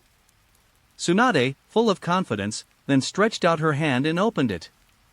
Orochimaru was stunned for a moment, feeling a strange sense of déjà vu as if he were a parent giving his child pocket money. After a moment of annoyance, he still searched his body. At last. I don't think I have anything suitable for you here. You can take these shoes, they'll help you run faster. Do not want. Tsunade looked disgusted. Orochimaru had already worn those shoes, so why would she want them again? Jiraiya, on the other hand, managed to cobble together a decent set of equipment. Alright, go in and take them down. Tsunade clenched her fist and charged in first. Be careful of their armor, it can withstand considerable power. Orochimaru instructed. There are only 2 of them, they can't lose no matter what, charge. Charge. Jiraiya became extremely arrogant. Orochimaru thought about it for a moment and realized that he had indeed been being a bit too suspicious. But I always feel like something is wrong. In the viewing room, Kazami Hatake looked at the screen thoughtfully. Whether it's equipment, routes, or the range of the poisonous fog, everything can help Shuamao and Zishao just right. Akaba, you're being unfair. Not only Kazami Hatake, but the others also gradually realized that something was wrong. The direction that the Chikamatsu 10 were driving was exactly where another bottle of antidote was coming from. What a coincidence! Haha, this will be more fun, and besides, I'm their teammate after all. Akabane smiled. He created this illusion, and if he takes care of his teammates a little, can that be called cheating? Moreover. Actually, he didn't give any special treatment, he just made sure the poison circle refreshed in a place that was advantageous to Shuamao and Zishao. Like the first bottle of antidote, Zishao found it by accident, and it had nothing to do with him. That's right, the circle of destiny. After finding the antidote and meeting up, the two left through another passage, which was exactly the limit of the shrinking poison circle. A few more steps and you'll enter a less toxic area. Orochimaru and his two companions were not far away, but they faced a choice: what to do with the third antidote. Chapter 121 Thunder God Sword, Thousand Bird Blade. The poisonous fog has contracted. Tsunade was the first to notice, and her expression immediately changed. The venom is too potent, these small snakes can no longer be summoned. Orochimaru's tone was heavy. The main reason he was able to gather equipment, food, and intelligence so quickly was because he summoned a massive number of small snakes. Without these snakes, he won't be able to find the antidote for a while. We can't delay, we have to chase them. Jiraiya was unusually decisive: if we continue searching, we might die. Chase. Orochimaru, true to his nature, did not hesitate any longer and continued deeper into the path. Although the little snakes disappeared, their memories before disappearing were fed back to him, so they knew which direction Zisho and Shuomo had left in. They've met up, be careful. Shuomo and Zisho escaped into the circle and felt the poison weaken, so they stopped and looked back. This is the limit of our range, we'll lie in ambush here. Zisho said calmly. Ah. Shuomo nodded and rummaged through his pockets. After a long while, he took out a small shuriken and a few kunai and handed them to Zisho. This is what he discovered in the laboratory. Here's a sword for you, it's a chakra weapon. Zisho also handed over his weapon. He also knew swordsmanship, but compared to the swordsmanship of the Hatake clan, he was not skilled at it. Tsukumo took it and tried injecting chakra into it. Moment. Zizizi. The silver snake leaped, its dense lightning power radiating a powerful and terrifying aura. He quickly withdrew the chakra from the sword. If you hide and launch a sneak attack, and you can take down one of them, you can bring the situation to a 50-50 split. Zisho said calmly. Tsunade is troublesome. Tsukumo frowned. He and Tsunade weren't teammates, but the Senju clan's physical strength and regenerative abilities were terrifying beyond belief. Moreover, Orochimaru and Jiraiya are no ordinary people. Planning is easy, but implementing it is extremely difficult. Let's ignore Tsunade for now and choose Rhea as our target. He's a bit weaker. Zisho was full of fighting spirit. Anyway, winning or losing the game isn't that important, but this is the only chance to fight Orochimaru and his group. Shuomo pondered for a moment and said, if the first attack fails, we'll run. Of course, we must at least prevent them from getting the antidote. As long as we survive to the end, we will win if we are cured. Zisho's words perfectly capture the essence of Voldemort's philosophy. Ah. Tsukumo gripped the Thor's sword tightly and hid behind a rock. Under the transformation spell, his color was very similar to the surrounding rocks, and his position was well hidden, so at first glance, no flaws could be detected. For him, all he needs is a chance to kill with one blow. After a moment, Tsukumo heard a series of footsteps coming from the sandstone. Not long after, several figures were seen running out of the narrow path, with several puppets following behind them. 10 people in Chikamatsu. But these puppets were either missing legs or half broken, and their combat power was no longer what it used to be. What terrifying combat power! Even the puppet was beaten like this. We really shouldn't fight this guy head-on. Zisho muttered to herself, feeling increasingly uneasy. Killing Tsunade wouldn't be so easy. Tsukumo didn't look, holding his breath and preparing for his strongest attack. The three chased after them, but were entangled by the Chikamatsu 10, and managed to break through the predicament by force. Until they reached the mouth, they saw Zisho standing there. Tsunade stopped, looking wary. Zisho, why is it only you here? Orochimaru chuckled and walked at the front, seemingly completely unprepared. I'm enough. I'm teammates with Tsukumo. I'll hold you off while he goes to take the antidote. Zisho smiled faintly. You're kidding me. Jiraiya roared, formed a hand seal, and then pressed his hands down. Earth Escape Huanquan Marsh. With a wide-range earth is a technique used in Chinese magic. The entire sandy area in front instantly turned into a muddy swamp, and the rocks collapsed as a result. The terrain has been changed. Tsukumo closed his eyes, sensing their location, and then, the instant the rock vanished. Chidori Blade. A large amount of chakra was poured into the Thunder God sword, and lightning condensed, transforming into a silver-white blade. Stepping on rocks and leaping, he had rushed from his hiding place to Orochimaru's front in the blink of an eye.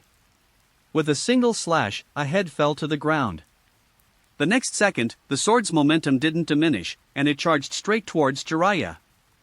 Jiraiya was still maintaining the swamp of the dead, so he had no time to dodge, but fortunately. Boom! Tsunade kicked him away from where she stood. However, Tsukumo, who launched the thrust, didn't even turn around. Or rather, he had no way to turn back, he could only leave and never return. The sword flashed. Tsunade's leg was slashed and bled, and Jiraiya was kicked away. He quickly smeared the blood on his leg and pressed it to the ground. Spiritism. A toad was summoned, but it couldn't withstand the combined power of Thor's sword and Chidori blade. Bang! The toad disappeared, and the chakra on the sword blade became highly concentrated, turning into a streak of silver light. In the blink of an eye, Jiraiya's shoulder was severed. Page 111. A painful scream escaped Jiraiya's lips as he clutched his severed arm, writhing in agony. That's right. You won't actually die in the illusion, but the pain is real. He was sweating profusely and almost lost his mind.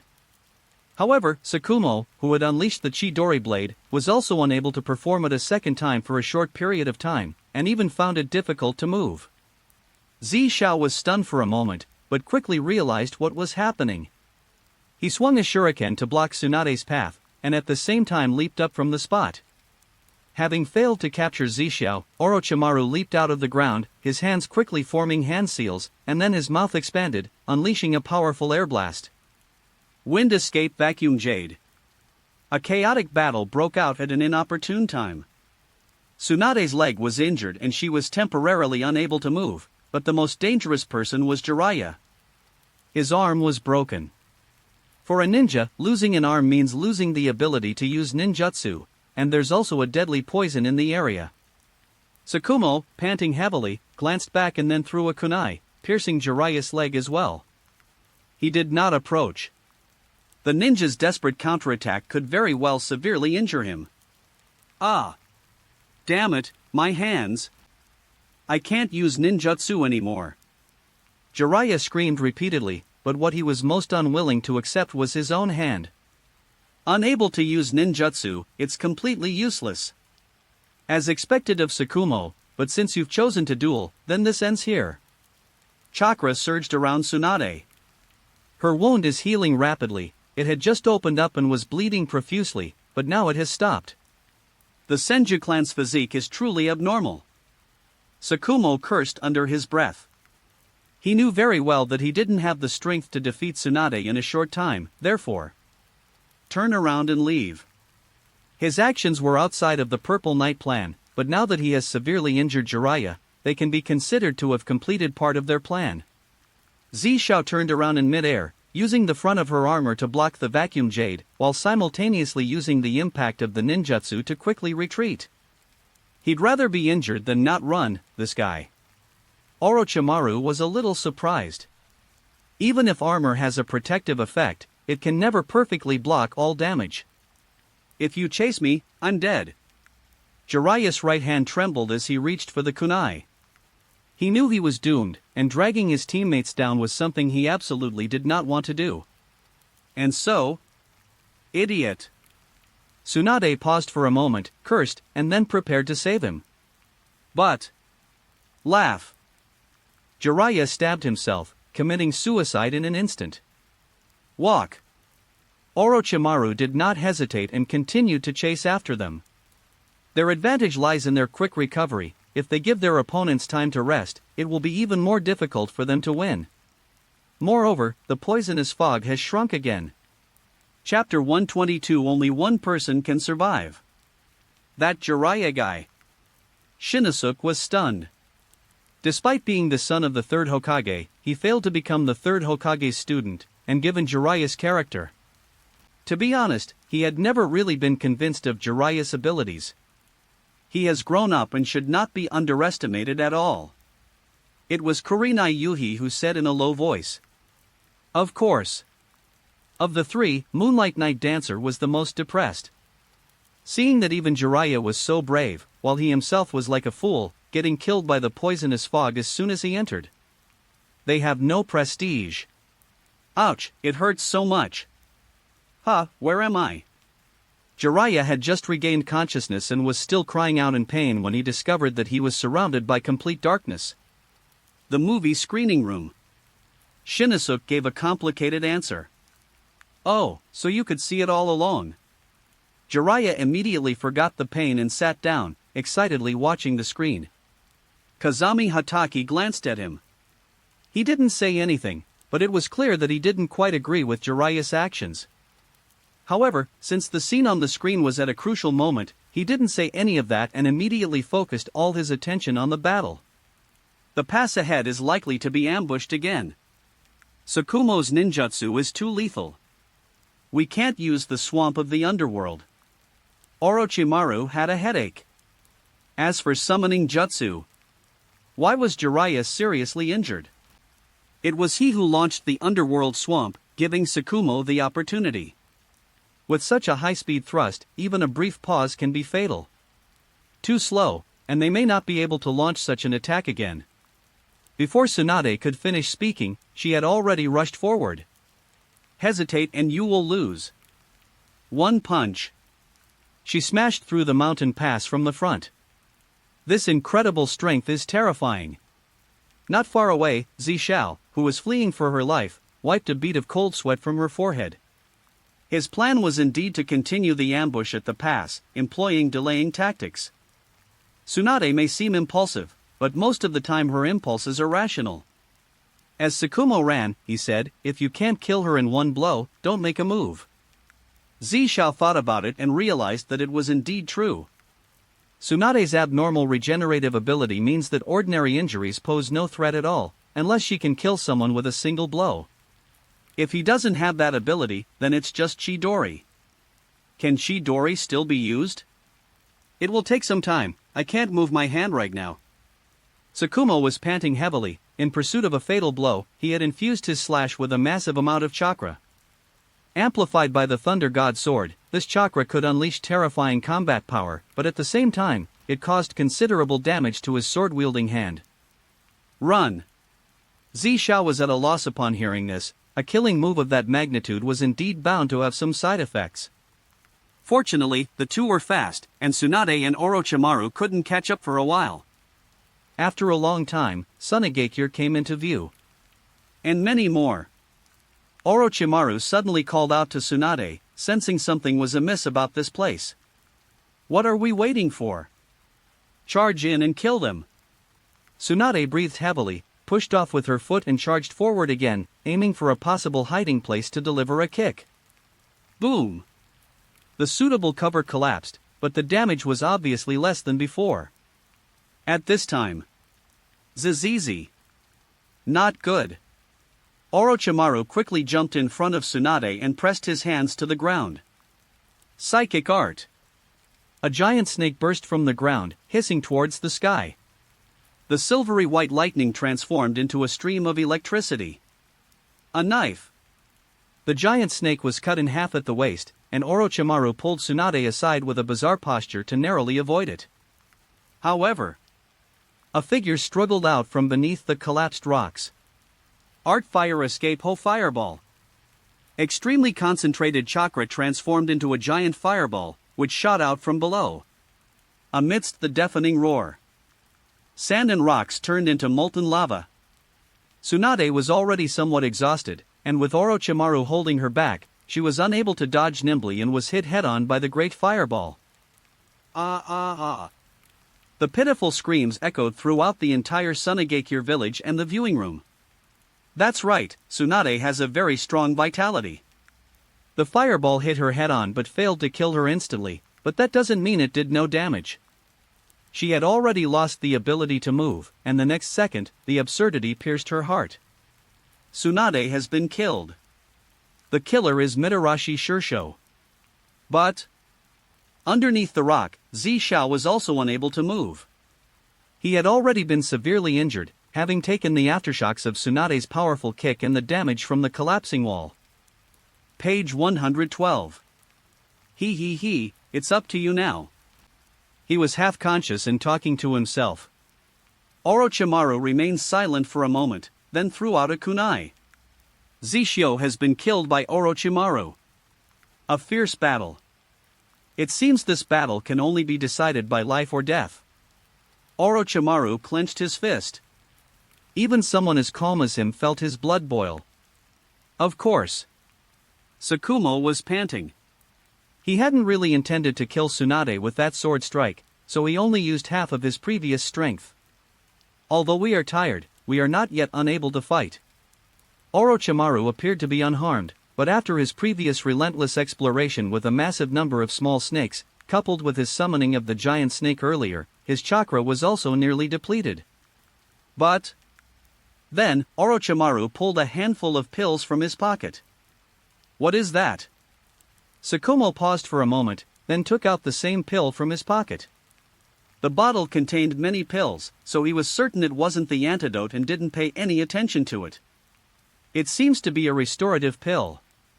Without hesitation, he took out a few and poured them into his mouth. Berry. Instantly, Tsukumo felt that his chakra and stamina had recovered considerably, and not only that, the pain in his body seemed to have lessened. However, this effect is only temporary. Shoamao took a deep breath and gripped the Thor's sword. Fonkilii, I have no reason to lose this battle. Orochimaru said calmly. Psychological tactics won't work on me, let's see what's what. After finishing his sentence, Hatake Tsukumo ran towards Sunagakure village. There is no poisonous fog in Sunagakure. As long as he takes the antidote to eliminate the remaining poison, that place will become his home ground. I won't give you that chance. As Orochimaru spoke, he instantly completed the ninjutsu by forming hand seals. Wind release, vacuum waves. The wind blades that kept shooting out blocked Tsukumo's escape route, and while spitting out wind blades, he was also constantly getting closer to Tsukumo. The hands behind his back had already grasped Fei Yen. Close combat. Tsukumo understood what he meant and, while avoiding the vacuum wave, gripped the hilt of his sword tightly. The two approached each other to a certain distance and simultaneously increased their speed. When the flying swallow and the thunder god's sword clashed, producing a crisp sound. Arms? Shuomao was somewhat surprised and quickly withdrew his strength to prepare to retreat. Orochimaru immediately gave chase, his fist blades moving with lightning speed. With the addition of software modifications, the two fist blades could attack in unpredictable ways, and the wind blades they spewed made his attack range unpredictable. What a troublesome weapon!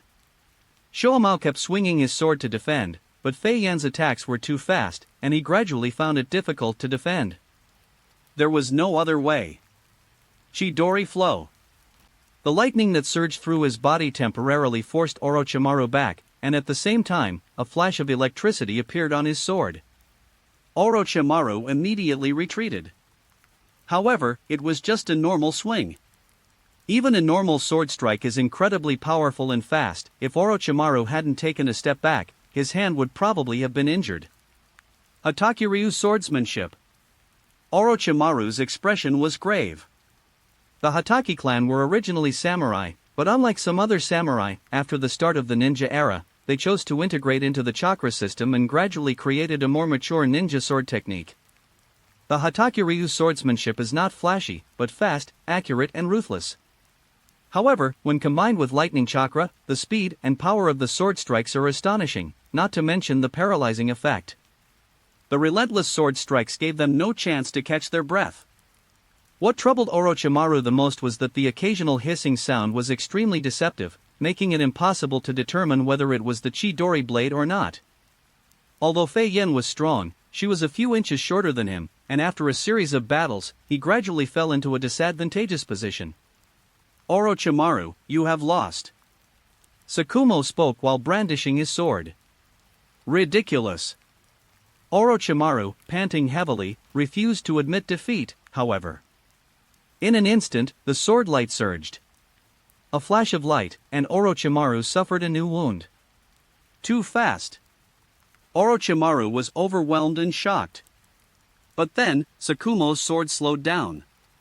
After a few exchanges of offense and defense, the sword suddenly unleashed the power and speed of the thousand-bird blade, delivering a brief but terrifying close-range thrust.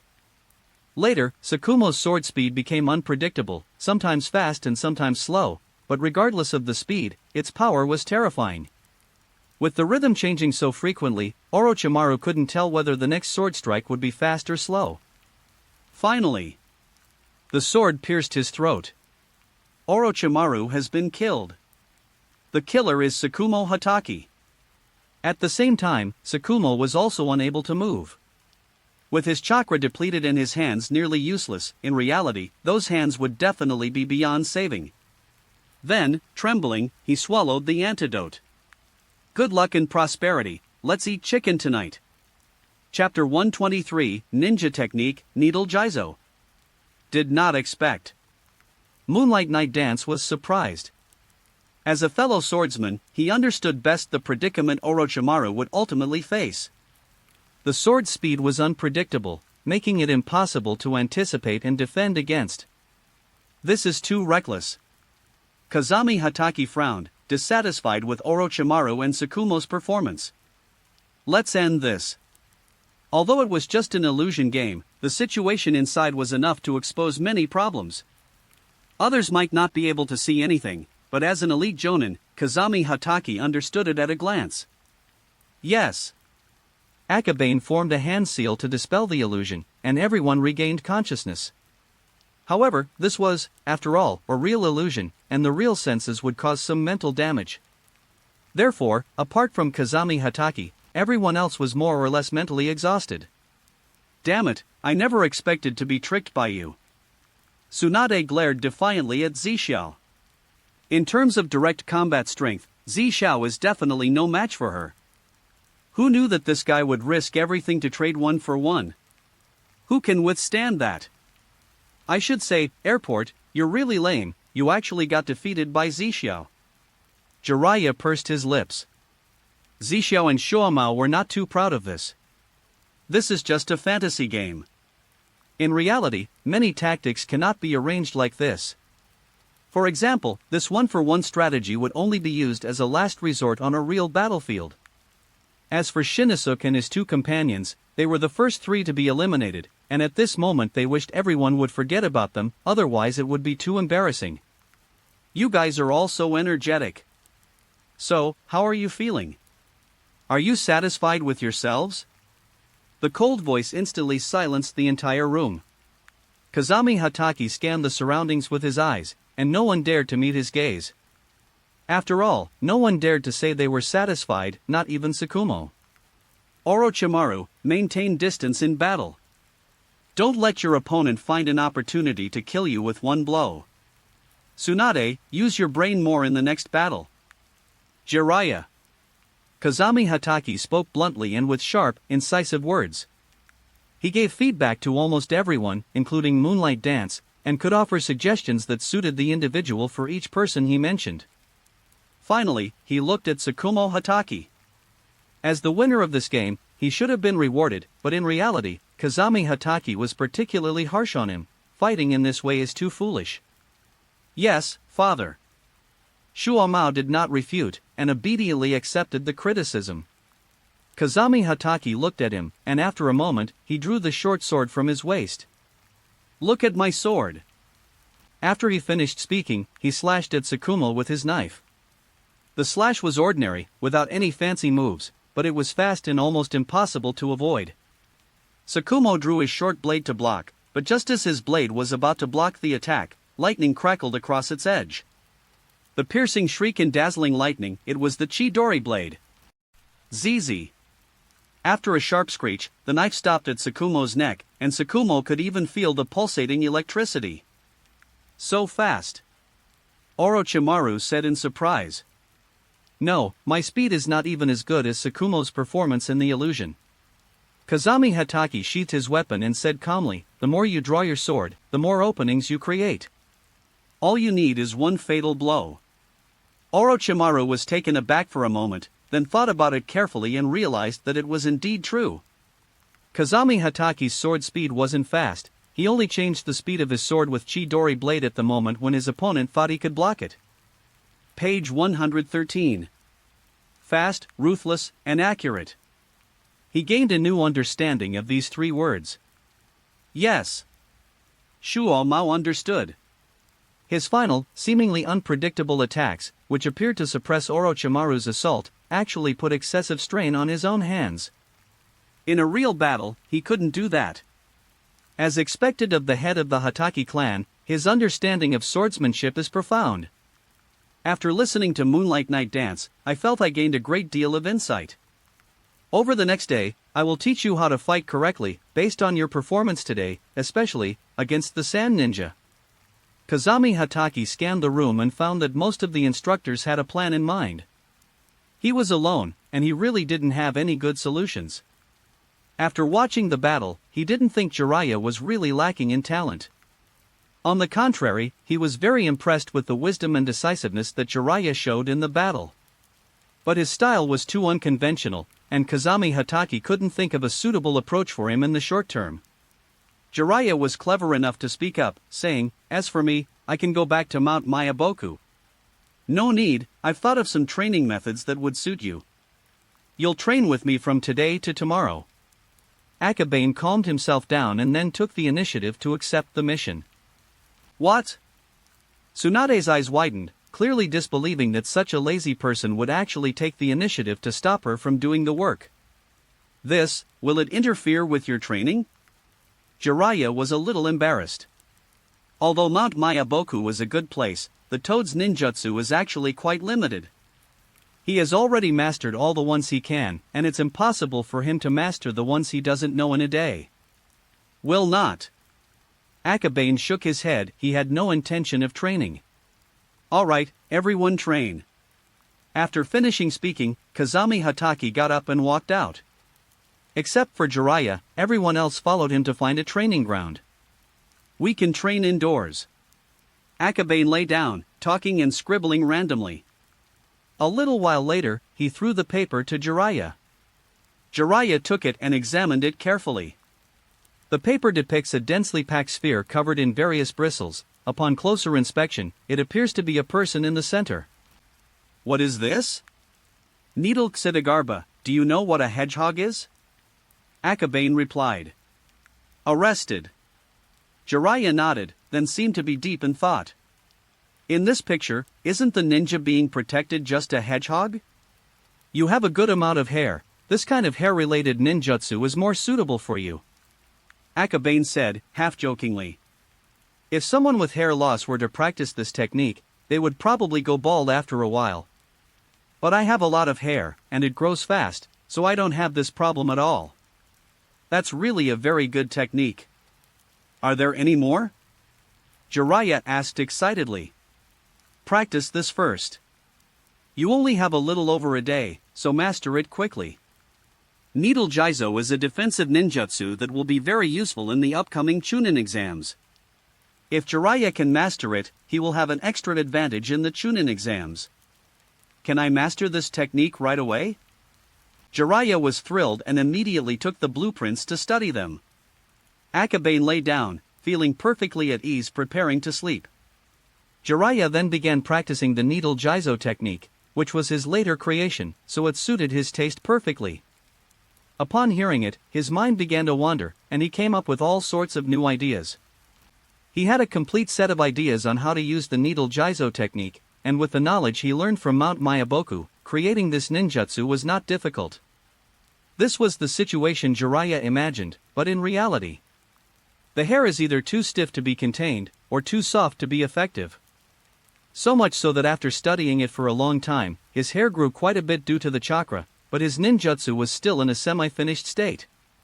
Akabane slept soundly all afternoon. After all, he couldn't offer much help in developing ninjutsu. Jiraiya had to come up with most of the initial ideas himself. He didn't get busy until the next day. Jiraiya's Needle Jizo technique is already quite mature, requiring only some minor adjustments. This is where Akabane comes in. If Jiraiya were to put in the effort himself, these minor adjustments alone would likely require a considerable amount of time to work out. For example, Chidori is an incomplete ninjutsu without the Sharingan, but with slight adjustments, it can be transformed into Chidori Blade or Chidori Stream, making it a complete ninjutsu. The details of ninjutsu often require special ideas and a higher level of insight and knowledge, in which Akabane far surpasses Jiraiya. The needle statue was completed the next afternoon. Meanwhile, the Chunin exams are just around the corner. Chapter 124. Everyone here is trash. Fight hard in the Chunin exams, don't hide. As they approached the side, Kazami Hatake continued to chatter on. Based on his understanding of Akabane, he knew that once the guy entered the exam hall, he would definitely slack off until the end and then just muddle through. Alright, Uncle Kazami, I got it. Anyway, it's just the Chunin exams, I'll take it seriously, okay?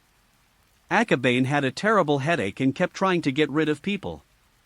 As Kazami's son and Akabane's teammate, Tsukumo sincerely admires Akabane. The only person in the entire Hidden Leaf village who can get their father to nag like this. Not urgent. Kazami Hatake glanced at him indifferently and strode towards the location of the first exam. For some reason, Akabane suddenly had a bad feeling. Outside the examination hall, many ninjas from various villages had gathered, waiting for the first theory exam to officially begin. Kazami Hatake looked around, then a cold smile appeared on his lips. Seeing this, Akabane's unease grew stronger. The next second, Kazami Hatake said calmly, Akaba, these opponents are too easy for you. You can just take the test any time. Instantly, the scene fell silent.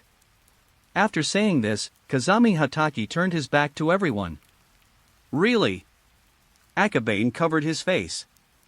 The effect of this statement is comparable to everyone here is trash. As for? All the ninjas present looked over, including the two Chunin guarding the gate from Sunagakure. The poor genin was tricked by his own jonin. Although I understand, I don't know if everyone is still very unhappy inside. Everyone glanced at him, seemingly memorizing Akabane's appearance, but no one dared to openly cause trouble. But some people were surprised to discover, hey, Akabane, isn't he the author of One Piece? One Piece, that exaggerated and stupid manga? A ninja from the famous hot spring village sneered and mocked, what devil fruits in One Piece? The author must be an idiot. The land of hot springs is located on the sea, so they are very familiar with the ocean. One Piece? Pirates are basically just wandering samurai and wandering ninjas. Who would give up being a proper ninja to become the leader of a wandering ninja? Tsunade clenched her fist, intending to go up and argue with him. Akabane grabbed her, then glanced at the genin of Tang Shinobi and said calmly, your narrow-minded mind simply can't understand the meaning of the word story. You. Enough, Yamada. Next to him, another of Tang Ren's companions reached out and grabbed him. What's enough? The people of Konoha are provoking us like this. That's enough. One Piece is just a story. Why are you being so provocative? Yamada's companion said with dissatisfaction. You. That's why you're so weak. Oof. Yamada turned and left with a grim expression. After he left, two teammates from the Hidden Spring village came over to apologize. We're sorry, he's not usually like this. We apologize to you. Really? It's nothing. Akabane smiled, seemingly not caring much. This whole scene, however, exposed the discord within the team. At first, Akabane was a little confused, but after thinking about it for a moment, he understood. Unlike other small ninja villages, Tangren village has always loved peace and was unwilling to participate in conflicts. Therefore, their village is also known as the village that forgets war. However, they also produced some outliers, such as Haiden, who came from Yugakure. This guy named Yamada looks a lot like Haiden. If it weren't for a holiday, Akabane wouldn't bother with the affairs of Yugakure. However, since Yamada vented his anger on him, he should be taught a good lesson when they meet in the exam hall. It turns out that many people were indeed annoyed with Akabane and wanted to teach him a lesson, but Yamada's antics drew everyone's attention to One Piece instead. In the entertainment-scarce world of Naruto, even One Piece, whose plot hasn't unfolded yet, is still a rare gem for many. After Akabane and Yamada finished arguing, quite a few ninjas from villages that were on good terms with Konoha gathered around. For example, Kusugakure. The first thing they asked when they arrived was, "When are you going to bring the comics to their market?" Some of the ninjas from the clan even wanted to do business with Akabane on the comics. In short, it's incredibly popular.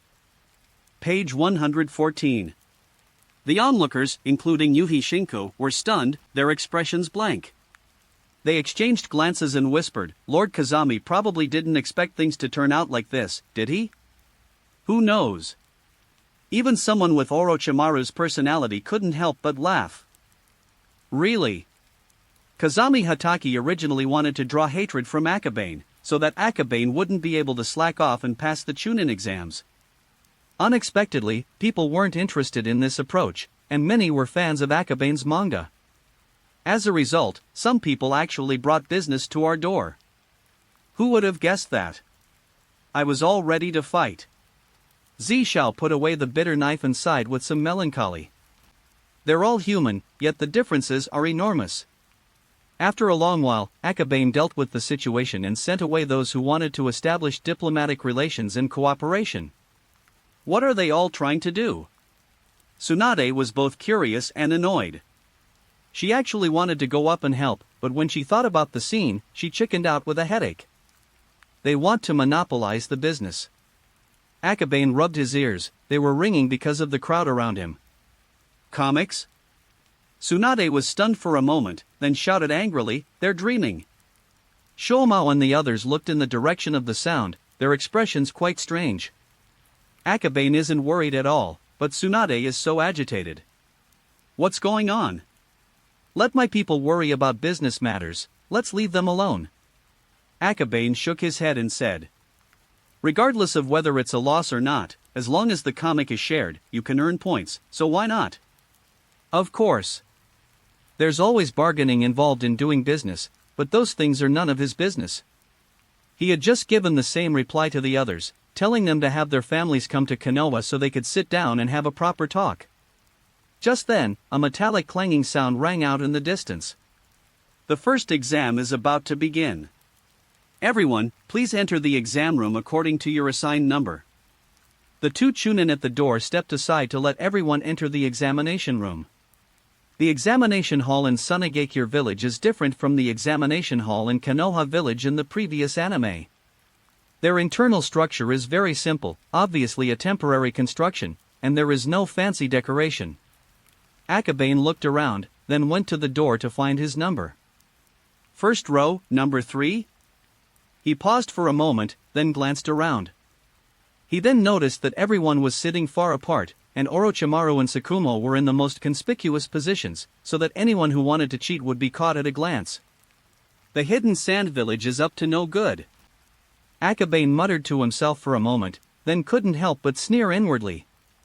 This method might work against a slacker like him, but it would definitely be useless against Orochimaru.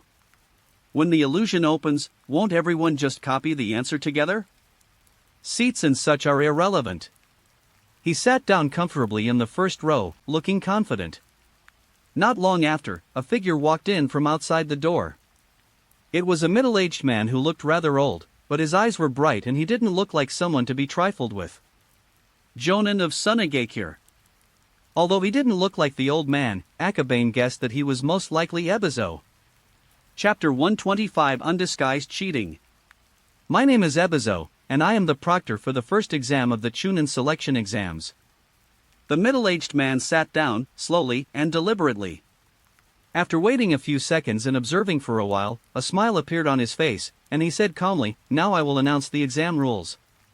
The first exam will be a written test, with a total of 10 questions. Individuals scoring below 5 points will be disqualified, as will those caught cheating.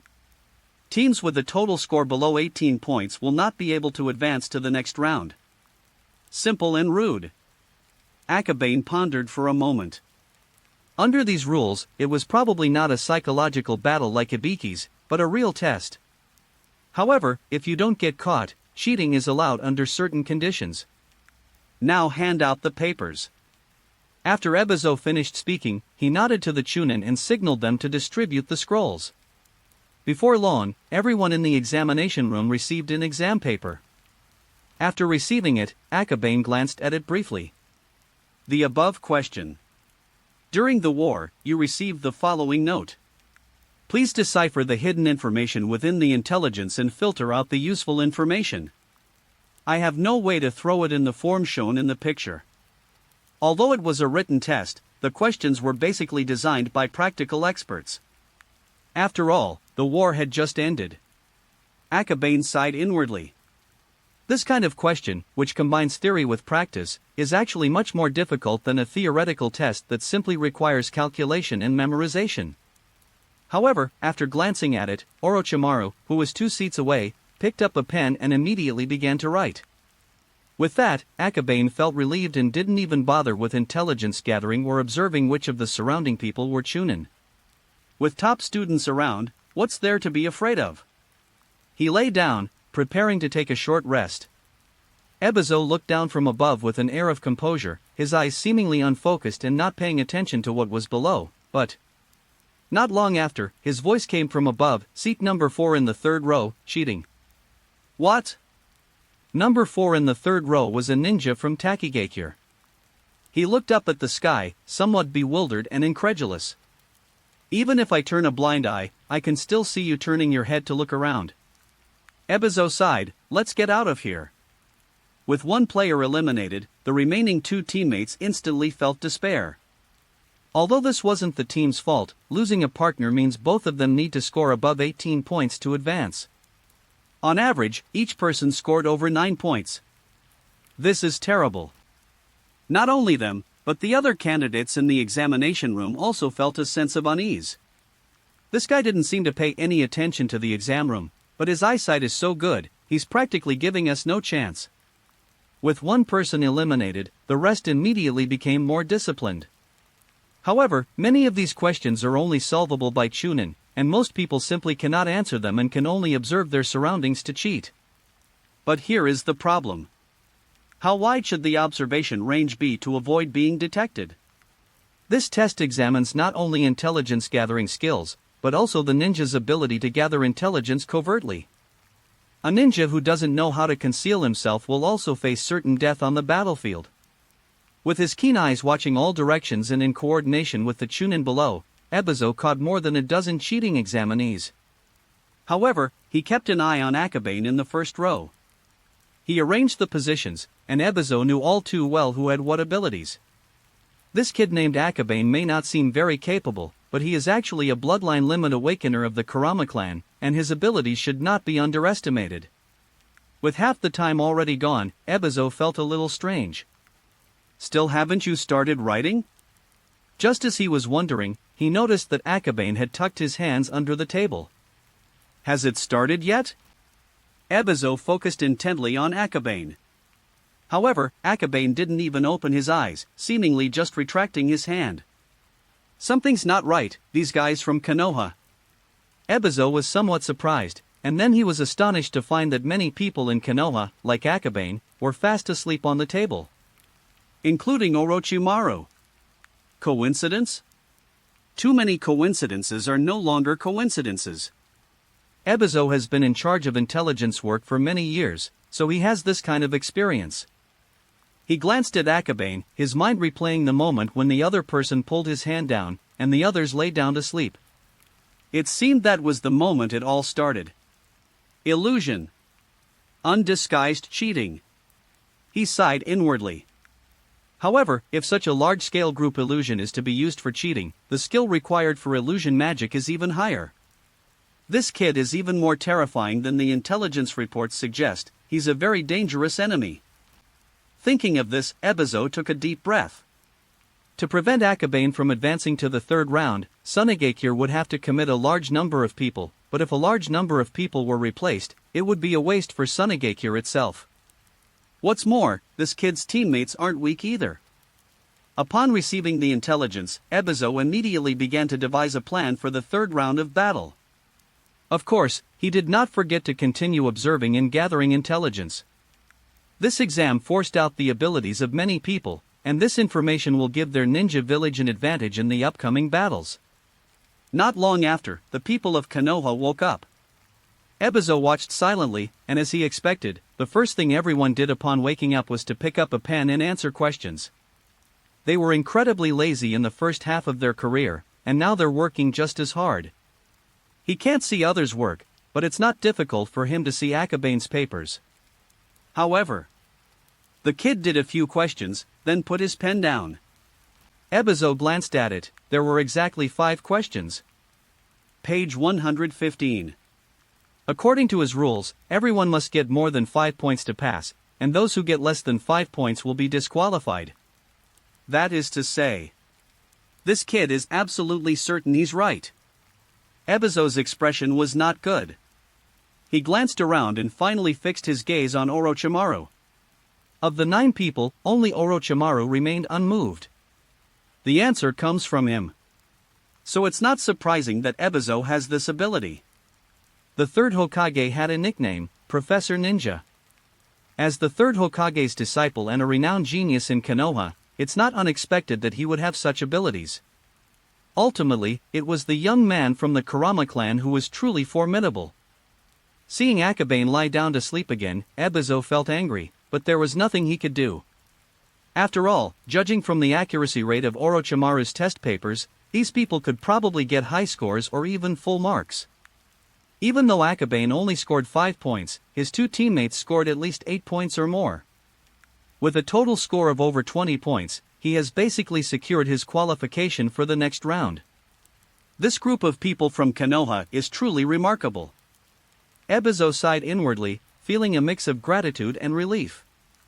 Fortunately, the second Kazekage of Sunigakure is still alive, and with his research and improvement of puppetry and magnetism techniques, the future of Sunigakure is also bright. After a while, a metallic clanging sound came from outside. Ebizo stood up and shouted, "All right, the exam is over." It's over? Akabane raised his head, his eyes still heavy with sleep. "Collect the papers." Ebizo ignored him and waved his hand to signal the other Chunin to put away their scrolls. In the latter half of the exam, clumsy cheating techniques became rare, so fewer and fewer people were eliminated by cheating. However, the elimination of those who cheated will prevent the members of their team from advancing. According to Ebizo's rough calculations, at least half of the participants will not be able to advance to the second round.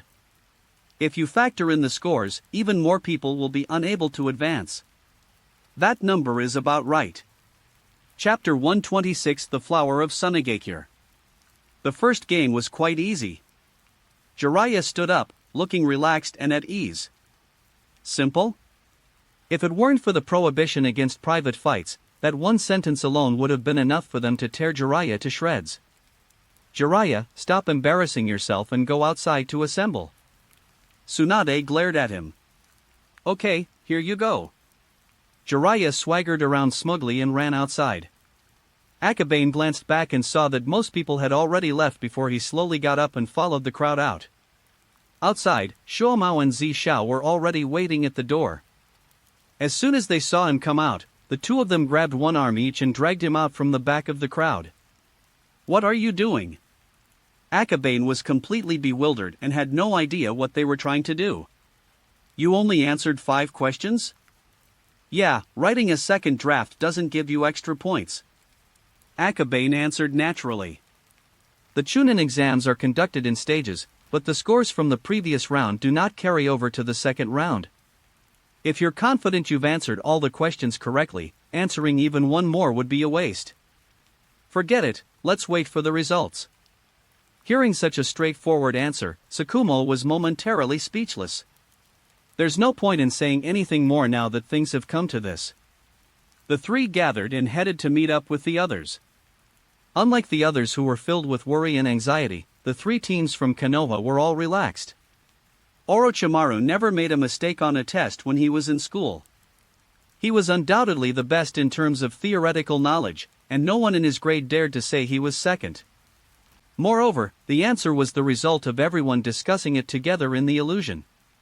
After waiting for a few minutes, a beautiful figure walked out of the first examination room. She looked at everyone, then took out a list and posted it on the door. The results of the first exam are in. 81 people have passed.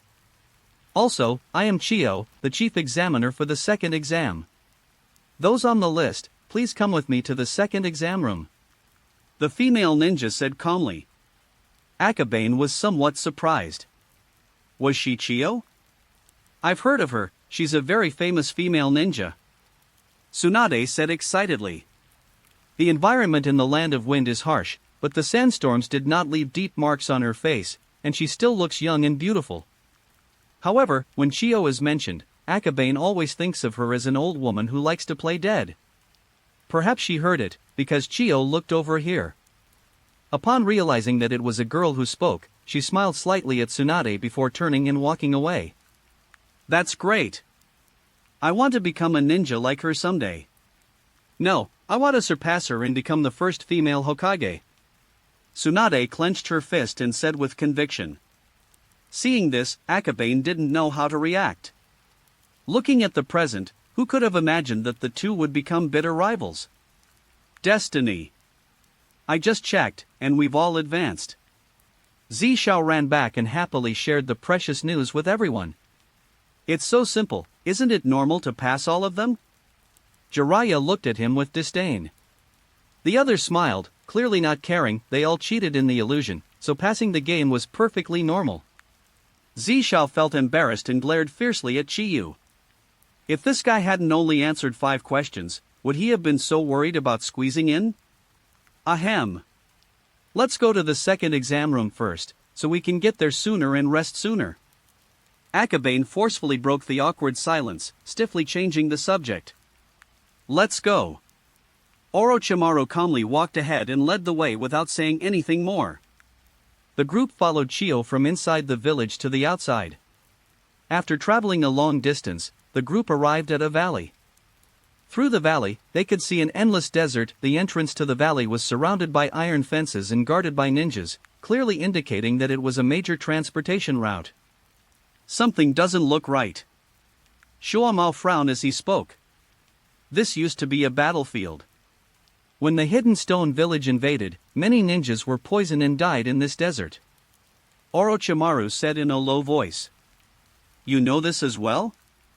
Akabane asked in surprise. That was during the later stages of the First Shinobi World War. Orochimaru was about to explain in detail, but then Chio looked over, so he paused. Then, Chio came over. Orochimaru bowed slightly, about to apologize. Your name is Orochimaru, right? My brother is right, you are indeed very knowledgeable. Chio said with a smile. You flatter me. Orochimaru remained calm. At this moment, Chio glanced at Tsukumo beside her, and her expression immediately turned sour. Seeing this face reminds her of Kazami Hatake. That guy has killed quite a few sand ninja. She turned to look at the desert and said, this desert not only buried the IWA ninja, but also the Konoha ninja and our own Sunigakure ninja. Yes, that's why the ninja world needs peace. Jiraiya remarked with some emotion. Kid, don't be so naive. Peace isn't that easy to achieve. Chio sneered, took a few steps to the front of the canyon, and turned to scan the 81 people present. Jiraiya wanted to complain, but given the opponent's strength, he decisively backed down. What Orochimaru said is right. This place used to be a battlefield, and there are many remnants of poison, unexploded detonators, traps, and so on. Chio said calmly, once you go in, your life or death is irrelevant. It's not too late to back out now. No one answered. It has only been a little over 2 years since the Great War, and all the genin here have indirectly experienced the war. Therefore, simple words alone cannot deter them. Chio gave a cold laugh and pulled out a stack of papers. Since you're not withdrawing, then sign them. The Chunin behind took them and distributed them one by one. Akabane signed his name without any pressure and then handed the paper back to the other party. After everyone had signed their names, Chio continued, we have enclosed the examination area with iron netting and set up a total of 40 entrances. Your task is simple, Go inside, find coordinate scrolls like these, and then correctly reach the locations we require. After she finished speaking, she took out a scroll and unfolded it. The scroll contains a series of coded messages. Deciphering the messages should reveal a coordinate location. I'll repeat myself, anyone who wants to quit should do so now. Shio said with a smile. Akabane exchanged glances with the others, then silently looked away.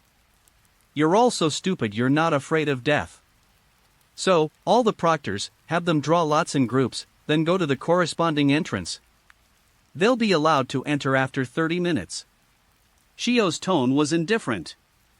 Page 116. Yes. 40 entrances are enough to distribute all groups to every location. Akabane and his group were assigned to Gate 35.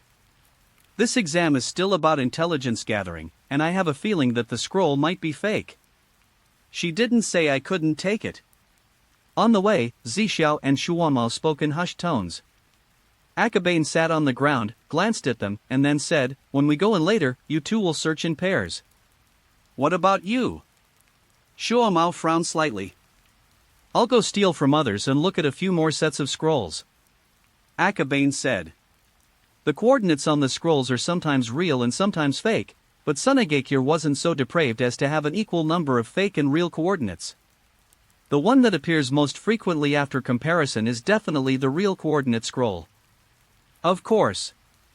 Besides this reason, there are other reasons, but it's not convenient to tell them the specifics.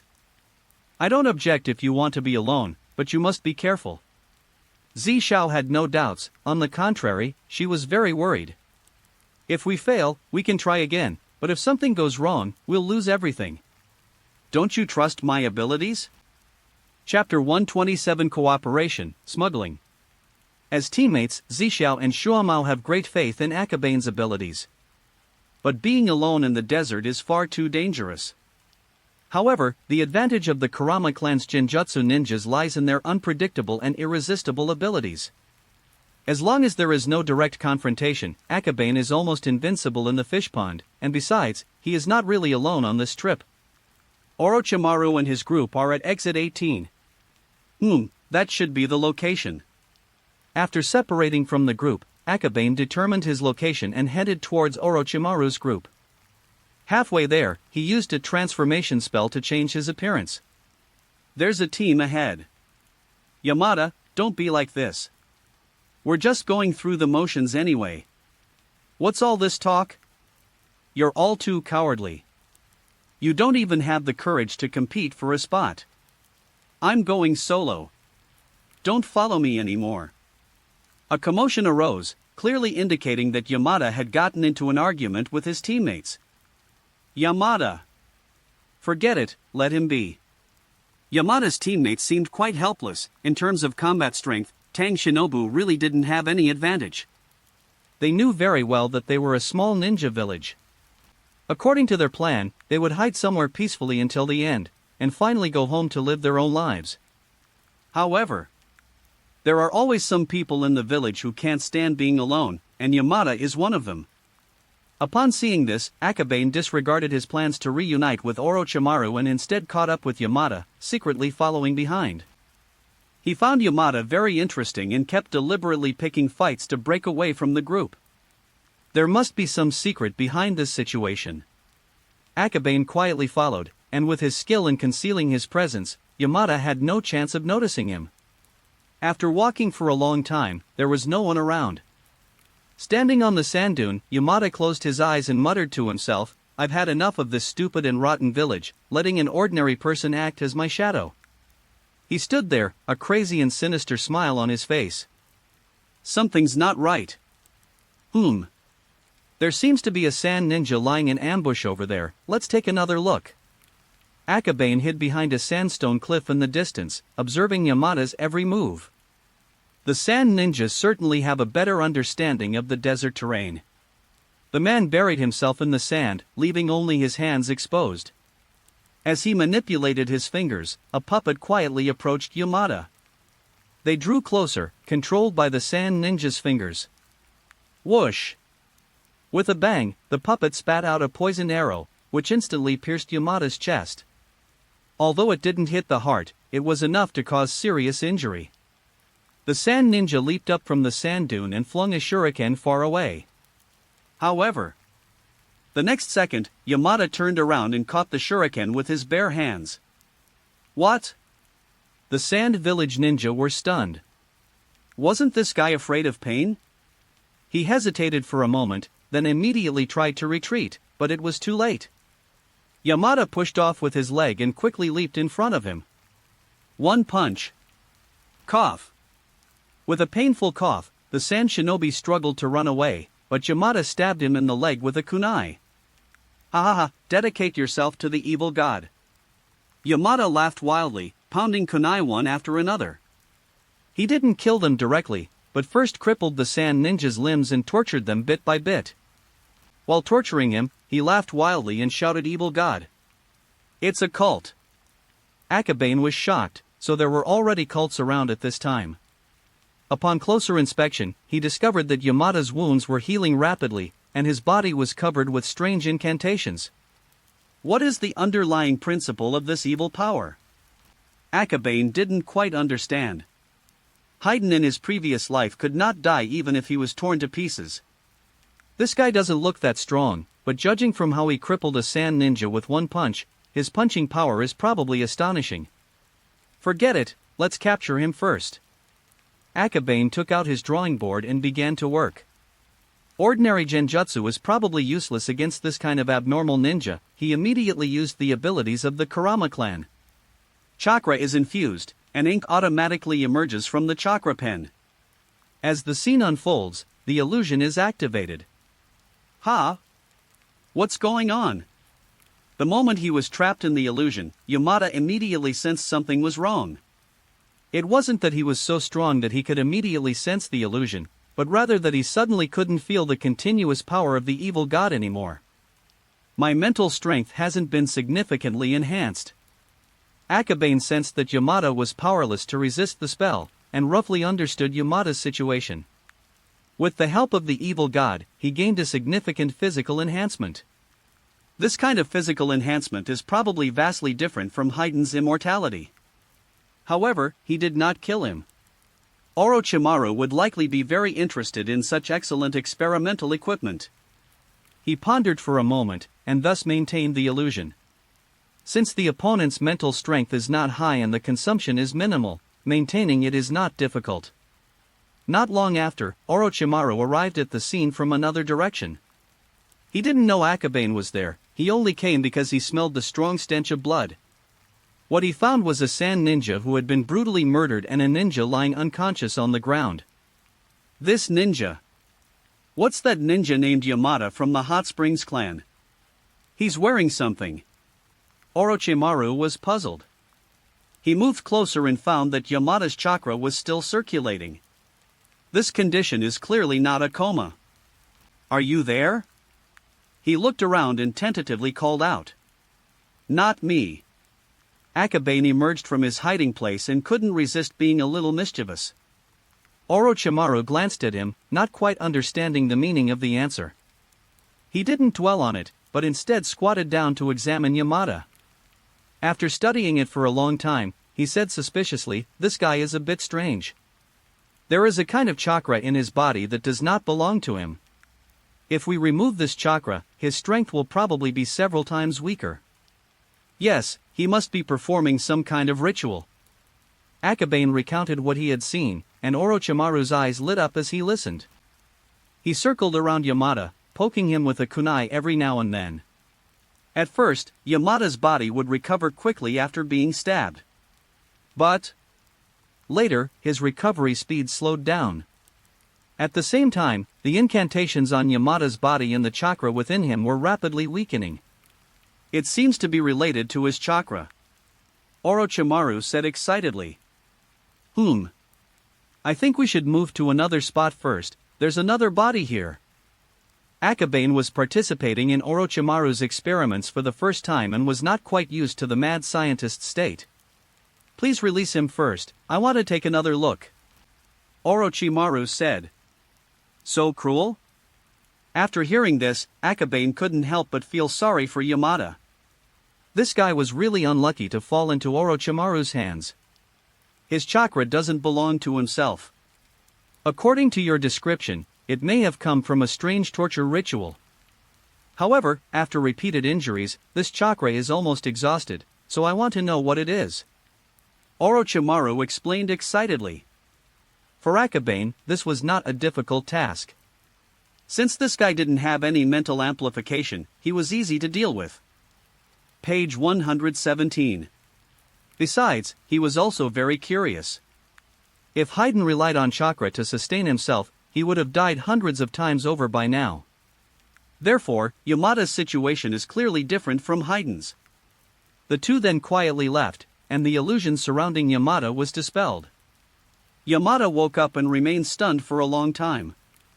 I was definitely under an illusion just now, but looking around, I didn't find anything. As he stood up, he noticed small wounds on his body. He couldn't help but recall the strange doctor in the illusion who was stabbing him with a knife. What the hell is going on? Yamada was bewildered, and it took him a long time before he got up and left in a daze. The other side. Akabane and Orochimaru followed behind, not in a hurry to catch up. What were you planning to do when you made me leave the team and join you in the second match in the illusion? I want to get my hands on the secret techniques of other ninja villages and the blood of bloodline limit users, and then find some people from smaller villages to organize some forces, so I hope you can cooperate with me. Orochimaru said.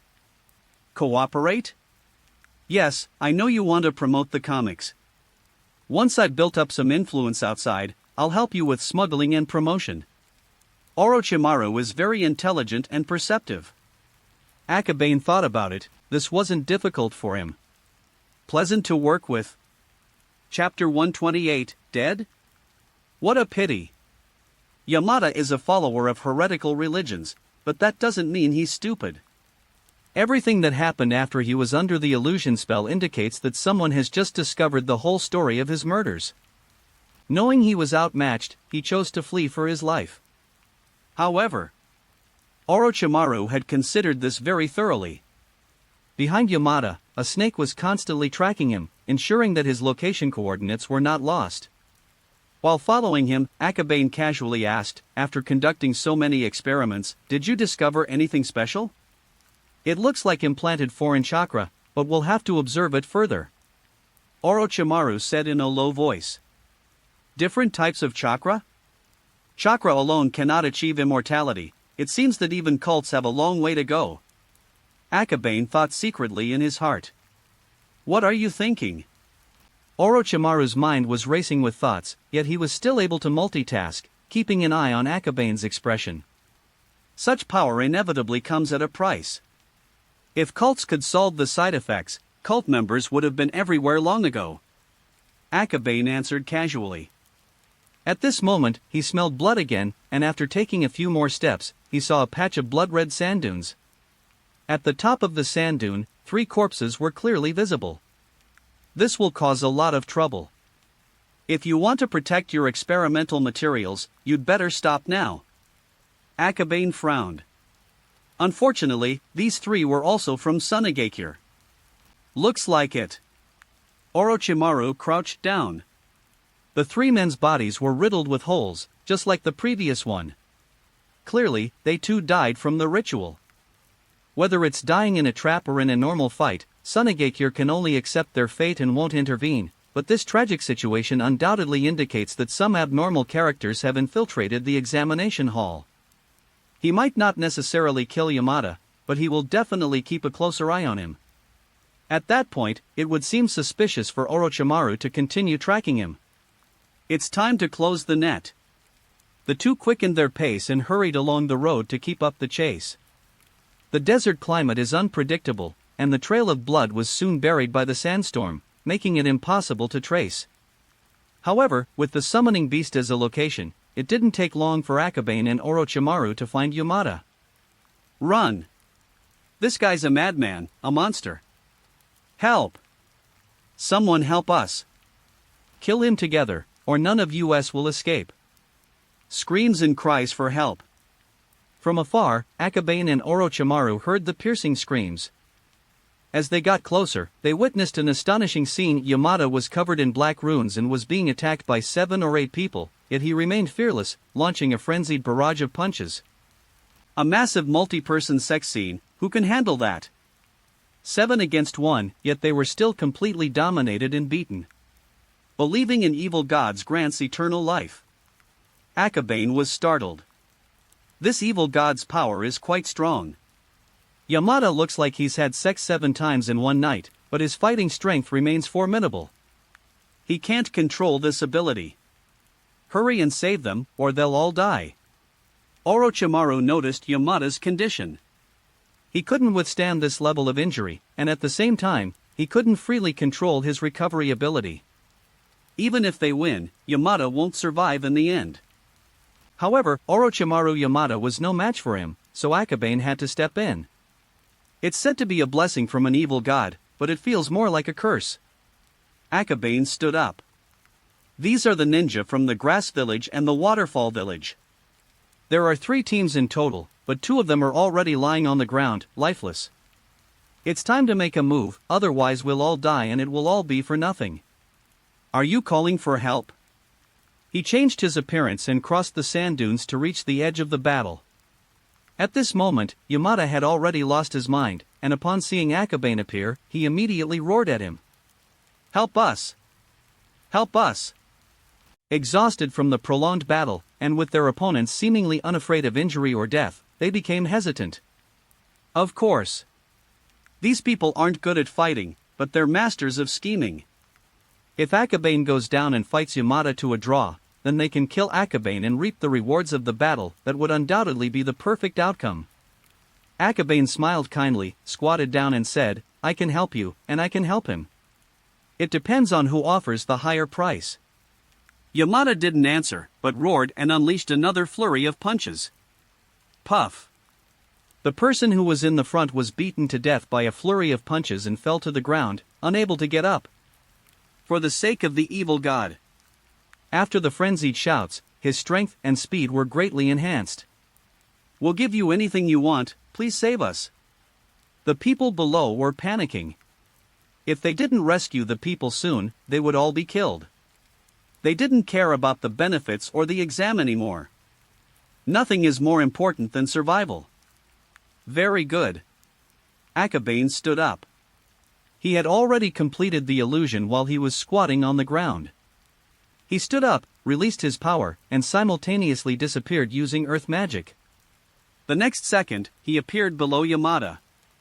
Yamada, trapped in the illusion, offered no resistance and was dragged directly into the ground. Then, Akabane emerged from the ground. What's the situation? The 6 survivors looked at each other, completely stunned. The guy lying on the ground tried to pull him down, but he ended up getting kicked and broken by Yamada. Now he's as docile as a cat. Do you have a scroll? Akabane glanced at them. They had come out to work, they couldn't possibly come up empty-handed. These 3 teams seem to have made some gains, they probably have scrolls. Yes, it's in him. The ninja from Takigakure pointed to the corpse on the ground. The corpse was also a Takigakure ninja, probably his former captain, but his hands were broken and his body was covered in bloody holes, making him look very miserable. Go pick it up and wipe it clean. Akabane asked with a smile, is there anything else? Our team has one too, but I don't know if it's real. The grass ninjas were startled by the glance and immediately pulled out whatever they were carrying, laying it out on the ground as if Akabane could choose whatever he wanted. Akabane picked up the 2 scrolls and said to the people behind him, time to get to work. Work? Orochimaru used his transformation technique to put on a disguise and emerged from the shadows. The 6 turned around and saw Orochimaru, whose face was covered with scars. They were so frightened that they knelt down with a thud. Then, they all begged for mercy in unison, saying, spare us, spare us. We'll grant you any request as long as you let us go. Orochimaru ignored them. He walked to the edge of Yamada, pulled him out of the ground, and then used a kunai to poke and stab Yamada all over. The 6 people were filled with despair and were trembling all over. How fierce was Yamada before? When they encountered these 2, they instantly became even more like idiots, not reacting at all even as their bodies were being slashed repeatedly. Running away would probably lead to an even quicker death. Looking left and right, kneeling is still the most suitable option. Page 118. After a moment, Yamada finally let out a scream. What happened? Orochimaru was taken aback. He knew that Akabane's genjutsu could not be awakened unless the person inside was unconscious. Yamada couldn't possibly have that kind of brain. Died. Akabane glanced at it and said irritably. Yamada was already at his limit, and Orochimaru was dissecting him like a lab rat, cutting him everywhere. How could he not die? Pity. Orochimaru sighed. With this man dead, the location of the cult's headquarters would be unknown. Otherwise, this strange technique would really be worth studying and verifying. The conversation between the two terrified the 6 ninjas from the small ninja villages, leaving them frozen in place. We've met a truly ruthless person. Orochimaru stood up, looked at the 6 of them, and then a cold smile appeared on his lips as he said, "Do you want to live?" Think. They answered immediately. You definitely don't have bloodline limits, so write down the secret techniques of your village. As Orochimaru spoke, he tossed over a piece of paper and a pen. Okay. I'll write it right away. They didn't dare to resist at all, because the scene of Orochimaru cutting Yamada was too terrifying. One of them, who had a weak mentality, even wet his pants. Akabane glanced at it a few times, then lost interest. They were all genin who didn't understand advanced ninjutsu. What they wrote down were just some techniques that were more common in Kyuzugakure and Takigakure. The smell of fish was strong here, so he took the scroll and walked a few steps away, then sat down to rest on the sandstone upwind. After a long while, he saw Orochimaru say something to them again, and the 6 of them shook their heads, their faces pale. They then each left a vial of blood and went their separate ways. Chapter 129. He just has a foul mouth.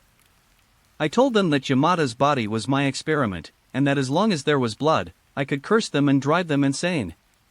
Orochimaru sprinkled the blood into the sand. If these genin had bloodline limits, how could they possibly lose to the madman Yamada who only knew brute force? Akabane watched those people leave, and couldn't help but want to laugh. Those people must be terrified. However, after thinking for a moment, he added, this will only scare them temporarily. When we need to use it later, they may not necessarily comply. Orochimaru did not refute. He and those other people are still young and are of no use at the moment. Even if one were to cultivate power, it would be a long-term endeavor. At that time, Orochimaru was confident that he could use his strength to make these people obediently work for him. After finishing his own business, he asked, "Where's the scroll?" The manufacturing methods are the same, making it impossible to distinguish between the real and the fake. Akabane tossed the 2 scrolls over. The Sand Village's scroll-making skills are not as good as Konoha's, but they are still at a passable level. You can't tell the real from the fake just by looking at the spells and codes. Find a few more teams. Orochimaru stood up, bit his finger, and formed hand seals to summon more than a dozen small snakes. After a short while, the snakes dispersed. Akabane sat in the shade under the sandstone, looked around and said, "Let's split up from now on. I'll look for the scroll and keep an eye out for your bloodline limit while I'm at it. You continue with your business." Orochimaru nodded and handed him a small snake.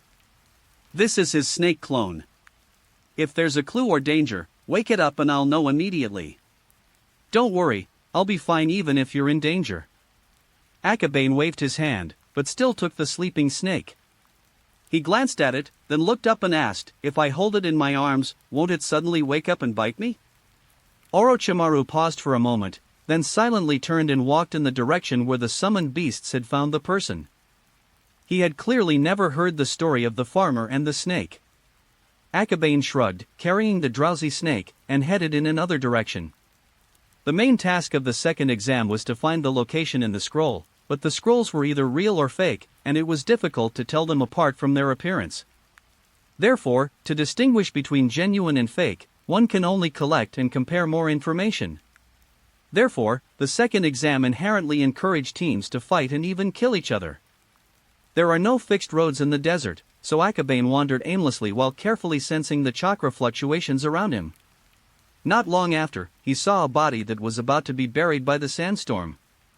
Judging from the surface, it appears to have been poisoned. Judging from his attire, this person is a sand ninja. Akabane glanced at it, then stood up and carefully sensed the movements around him.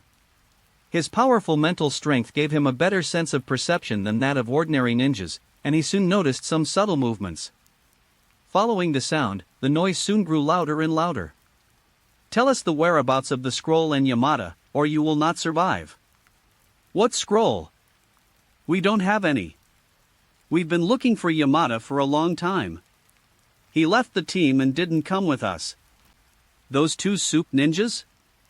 There weren't many ninja from the Tang clan participating in the Chunin exams, and only 3 of them passed the first stage.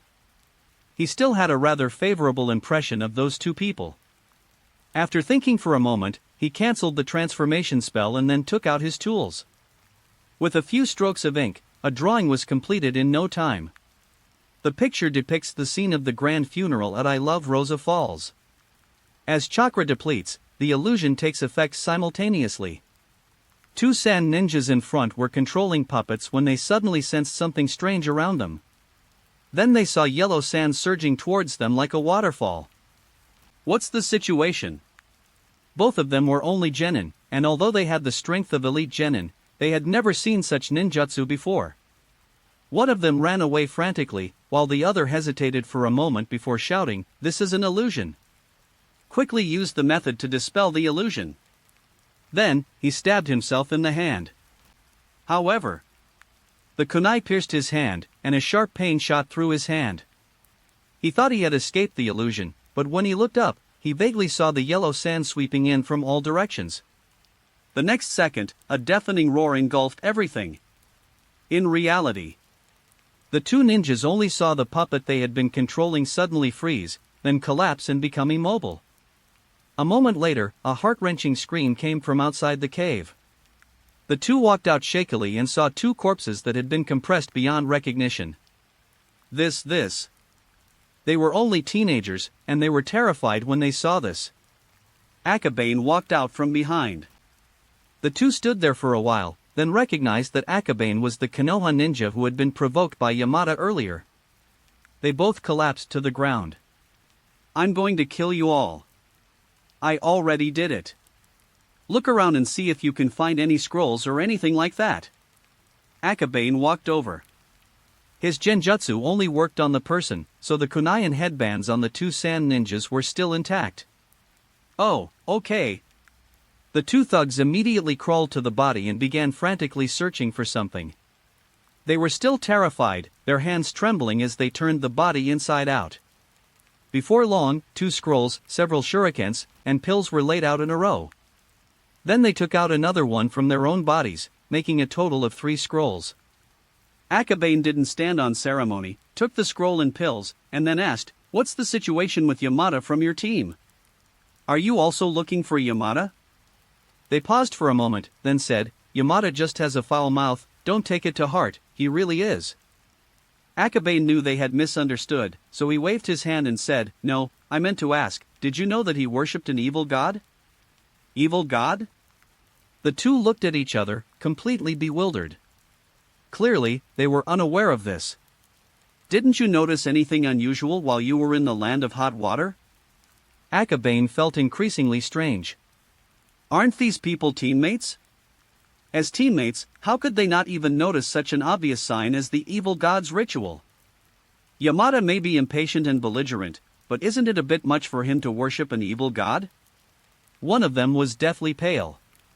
What are his connections in your village? Yamada's parents died in the war. He often bullied others in the village. The villagers didn't like his personality, and the adults looked down on him. However, his taijutsu was the strongest among the genin of our Yugakure. One of them spoke, and the other added details. There was nothing to hide. No wonder they were targeted by the evil cult. Akabane quickly understood after hearing this. It's impossible for everyone to advocate for peace, and the rules of Tangren village will drive these belligerent and vengeful people to extremes. People with this mentality are undoubtedly the best targets for proselytizing evil gods. If Orochimaru wants to find the Jashin cult, he might try his luck at Yugakure. Page 119.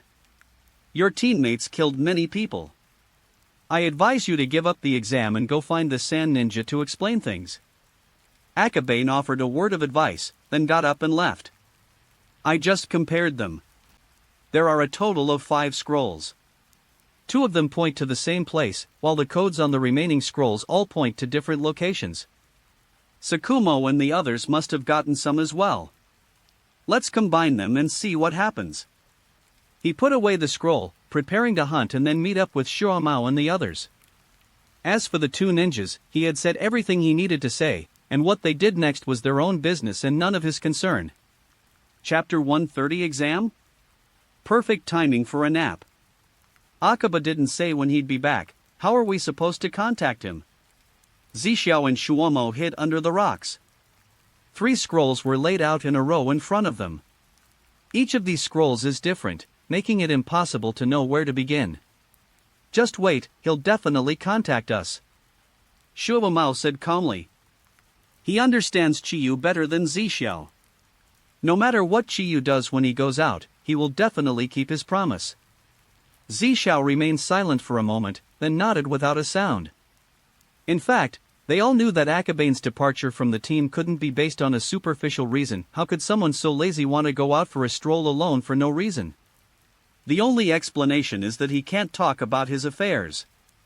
Since that's the case, neither of them questioned it, maintaining the necessary tacit understanding. At that moment, a voice came from above. Shuomao understands me best, unlike someone who worries about this and that and doesn't trust me at all. The next second, 5 scrolls were thrown down. 5 cards, not bad. Zixiao ran over and picked it up, then looked at it closely. The 8 scrolls are placed together. 3 of them have a coordinate, while the other 5 are in random positions. The destination is self-evident. Tsukumo picked up the correct scroll, checked the directions, and then waved his hand. Let's go. I've checked, this is the central location, we need to head in this direction. Akabane remained squatting on top, showing no intention of getting down. By the way, I saw Suna and his group on my way here. Did he make a move? Zixiao asked somewhat nervously. Sunasuke didn't notice me, but I saw him manipulating iron sand, so it must be a brand new escape technique. Of course. The so-called iron sand is pure nonsense. Suna didn't use any large-scale magnet release ninjutsu at all. However, his control over the shuriken he threw clearly showed that he had already mastered magnet release.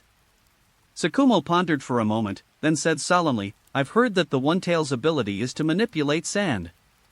He's a Jinchuriki of the One-Tailed Beast? That's impossible. Zixiao didn't quite believe it. Not everyone possesses the sealing techniques of the Uzumaki clan, and dealing with a tailed beast is no easy task. Moreover, every village considers its Jinchuriki as its last resort, so how could they possibly allow him to become the Kazekage's disciple and participate in the Chunin exams? Perhaps the Sand Village has developed a new ninjutsu from the One-Tailed Beast. In any case, we must be careful not to fall into his trap. Akabane was just giving a reminder. After careful consideration, he realized that apart from his expertise in illusion techniques, which allowed him to ignore the effects of magnet release to some extent, everyone else would be affected to varying degrees. For example, Shuomo. When a knife is affected by magnetism, even the most skilled knife technique will be greatly diminished. They understand this principle better than anyone else. Throughout the journey, Shuomao and Zixiao remained silent, their expressions growing increasingly grave. Such a character would be virtually invincible in the Chunin exams. As they neared their destination, Tsukumo took a deep breath, his eyes brimming with fighting spirit. I really hope to run into someone like that and have a fight with him, then this trip won't have been in vain. Without a doubt, Suna is the number 1 of the new generation in Sunagakure after mastering the new ninjutsu. For a battle maniac like him, the stronger the opponent, the more excited he becomes. Stop talking, let's get to our destination first. Zixiao urged. Akabane raised his head and could already see the mountains in the distance. The coordinates are on this mountain. The mountains of the Wind Kingdom remain desolate, but the mountains here are even more chaotic and dangerous. Fortunately, Shuamao has wolf fangs. Wolf Fang is still young, but he is already an excellent ninja dog, capable of keenly detecting traps on the mountain. In addition, someone passed by, so they didn't encounter any danger along the way. Before long, the destination came into view. Similar to the Root Squad's base, this is a base built in the middle of a mountain. I didn't expect you to be the second team to arrive. Suna was somewhat surprised. Based on the information, Orochimaru's team is stronger in terms of ability and overall quality, while Akabane and his team are also very strong, but they are probably not as good at searching. That's how it should normally be, but now. Take an exam? Where can you find the joy of research and hunting? Akabane smiled slightly, said nothing, found a place to sit down and began to hibernate. He was exhausted in this sweltering heat. Undeterred by the rebuff from Akabane, Tsunako smiled and asked Shursho, "Where are the rest of you from Konoha?" "I don't know, we came in separately, how could we possibly come together?" Zishou shrugged and followed Shuamao to sit down next to Chiyu. The 5 people from Sunagakure were likely from 2 combined teams, but someone from one of the teams was killed in action. Not long after, a sound came from outside. Then another figure crossed the hill and arrived at the same spot. "Who is it?" Zishou turned her head to look around. "Stop looking, it's Shinku and the others." Tsukumo closed his eyes and tapped the ground in front of him with his short sword. The next second, a person slowly emerged from the ground. Sarutobi Shinosuke. Subsequently, Ash Crimson and Moonlight Night Dance appeared one after another. "Hey, Sand Village brat, you didn't expect we'd still make it this far, did you?" When Shinosuke saw Sasuke, a cold smile appeared on his face, making him look very unfriendly. Akabane frowned slightly. "It seems they've met before and even had a fight." "Sorry, we were just anxious teammates too." Suna bowed slightly, but showed no sign of apology. "Humph." Shinosuke didn't say anything harsh. He had fought with Suna once, so they knew each other's strength to some extent. As things stand, he was no match for Suna. Akabane seemed to be deep in thought. He then sat down and secretly formed a hand seal. When Yuhi Shinku and Tsukiko Yoro arrived, he completed the illusion, pulling both groups into the illusion. This illusion is very simple, it's just a blank space. Zishou was stunned for a moment, but quickly understood and began to ask Shinosuke what had happened. After exchanging information, both sides gained a better understanding of Suna's strength. As the illusion dissipated, Orochimaru and his 2 companions arrived, followed closely by 2 sand ninja and 3 waterfall ninja. At this moment, the signal came from outside. "Time up." This means that, apart from them, no one else can advance to the 3rd round. There are 7 teams left in total, which is a bit too many people. Zishou said in a low voice. "It's okay, I can go to sleep now." Akabane answered nonchalantly. At the same time, he glanced at the 3 Taki ninja. These 3 are seriously injured, and the way they look at Orochimaru is strange. They probably have to thank Orochimaru for getting them here. Shuamao didn't notice any of this. Knowing Suna's strength, his fighting spirit against this prey intensified. Before everyone could rest, a powerful voice came from afar, "You little brats, get up and prepare for the competition." A figure leaped down from the mountain and landed in the very center of the valley. Then, figures appeared from the passage above the canyon. Kazekage Shaman, Chio, Ebizo, as well as Kazami Hataki and some other jonin from other ninja villages. The 3rd round of exams is here. I am Tanaka Joji, the chief examiner for this exam and a jonin from Sunagakure. Is there anyone who wishes to withdraw? Tanaka asked. After a long silence, he nodded and began to explain the rules. This exam will be a one-on-one competition. There are no restrictions on ninja tools, bloodline limits, or ninjutsu. Once a player concedes, the other is not allowed to fight. If there are no problems, let's begin the 3rd exam. Chapter 131. Sorry, you spoke too slowly. First group, Moonlight Dance vs. Akabane glanced at the opponent. It was one of the three from Takigakure. Page 120. There's nothing to see with this kind of opponent. He glanced at it, then sat down and closed his eyes to rest. Really? Before long, Night Dance won without lifting a finger. The three from Takigakure got through the second stage with Orochimaru's help, but in the third stage they became the most pitiful cannon fodder. After only 4 or 5 rounds, all 3 ninjas from Takigakure were eliminated. I feel like Sunagakure is manipulating the match. Zishao whispered to Chiyu. Ah. Now that all the Takigakure ninjas have been eliminated, won't it just turn into our civil war? Zishao glanced at his teammates, who were unsure if they were asleep, and after a moment of silence, he noticed Shuomao. Unlike Akabane, Tsukumo is now full of energy and high fighting spirit, and can't wait to meet Suna. We can't communicate. He sighed and could only wait quietly. Internal manipulation? Every organizer has their tricks up their sleeve. Even if Konoha were to host, they would still resort to some underhanded tactics.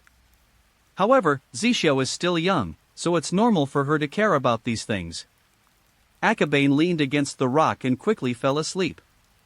Soon. Akaba, it's your turn. Kibbeed awake, Akabane was still half asleep when he opened his eyes and sat up. His eyes swept around, and his expression immediately changed. Tsunade, who had just returned, was covered in wounds and sitting motionless not far away. The clothes were covered with numerous wounds, and were slashed by sharp objects. Elsewhere, Yuhi Shinku, also injured, noticed Akabane's gaze and forced a smile. Be careful, the opponent might be a speed-type ninja. Clearly, Shinku Yuhi lost because of her speed. Akabane looked into the distance. Sunagakure had just sat down where the group of genin from Sunagakure were waiting. It's him. Then he glanced up again. The sign there reads, Kurama Akabane vs. Yamada Ryo. He wasn't interested in who Mata Ryo was, but Akabane recognized the person standing behind the sign. That's Ebizo. I see. Akabane nodded his thanks to Zishao for waking him up, then got up and walked into the arena. In the middle of the canyon, Ma Tianliang had been waiting for a long time. Upon seeing Akabane appear, he sneered, You are skilled in illusion, but I won't give you the chance. Still boring tactics. Shio was straightforward. As long as we win, that's all that matters, isn't it? Ebizo remained non-committal.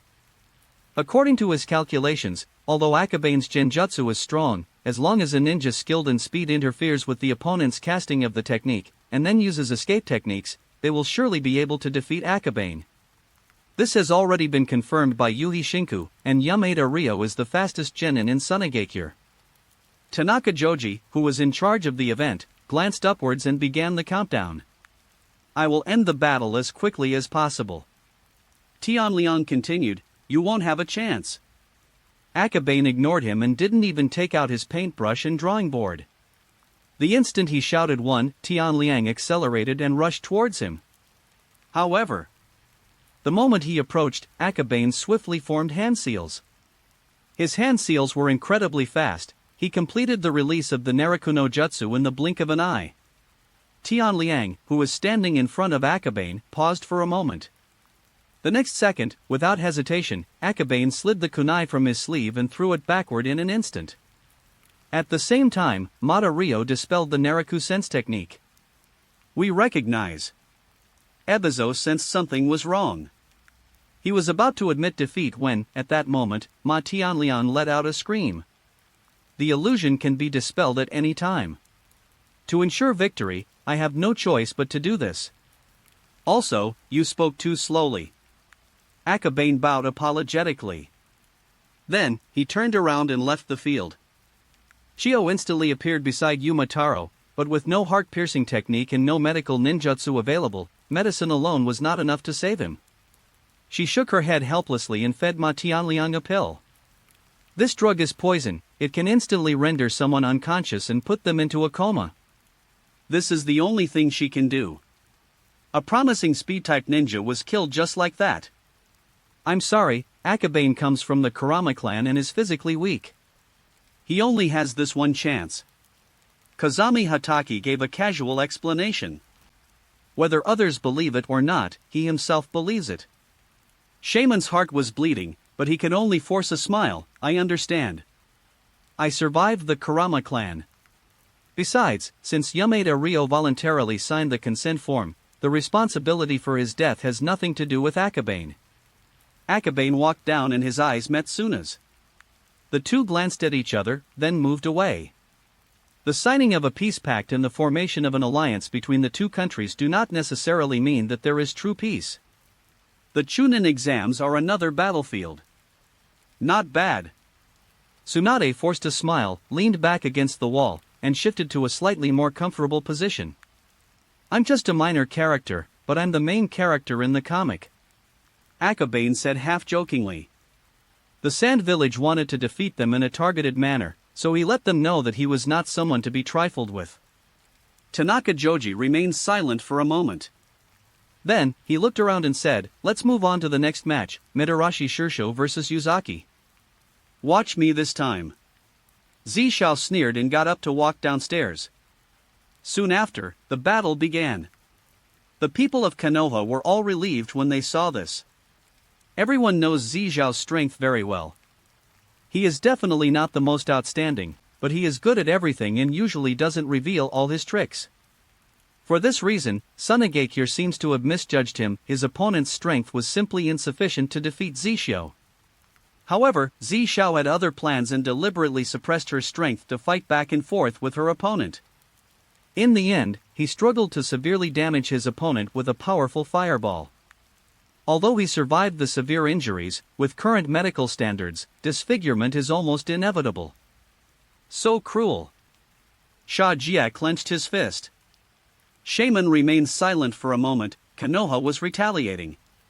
The Sand Village can arrange for fighters who can counter their opponents, and the opponents can naturally make good use of the rules to teach them a lesson. From any perspective, they had no reason to reprimand the Konoha genin. However, if things continue like this, given the strength of the people in Konoha. He glanced up and shook his head slightly. The meaning of shaman is simple: don't engage in too many petty actions. Ebizo paused for a moment, then finally sighed bitterly. No matter how much intelligence was gathered, the disparity in strength was too great, and the arrangement that was thought to be able to restrain the enemy turned into a death sentence. Next match, Tsukumo Hatake vs Shinosuke Sarutobi. Another civil war. However, this is no longer important to Akabane and his group. Now there is only one goal: to defeat the people that Sunagakure wants to protect.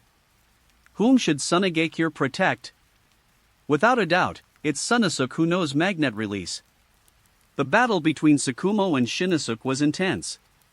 Although lightning is effective against Earth, when the escaping technique is strong enough, this advantage cannot be perfectly realized. Shinosuke's Earth release technique is exactly like that. His defense was so strong that even lightning release couldn't break it quickly.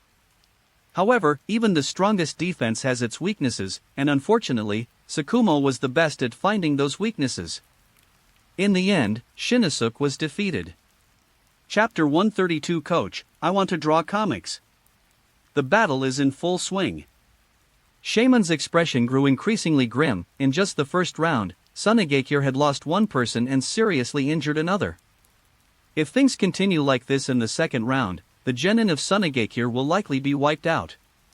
As for magnetic escape, that's right, magnet release is indeed very strong and can better restrain Tsukumo Hatake's swordsmanship, but what about lightning release? This doesn't even include Akabane's illusion techniques. Unlike the illusions of ordinary people, the illusions of the Kurama clan are deadly. Besides, what good would it do to win a game? Besides Suna, 3 other people won. How will Orochimaru and his group be able to defeat them in the second round?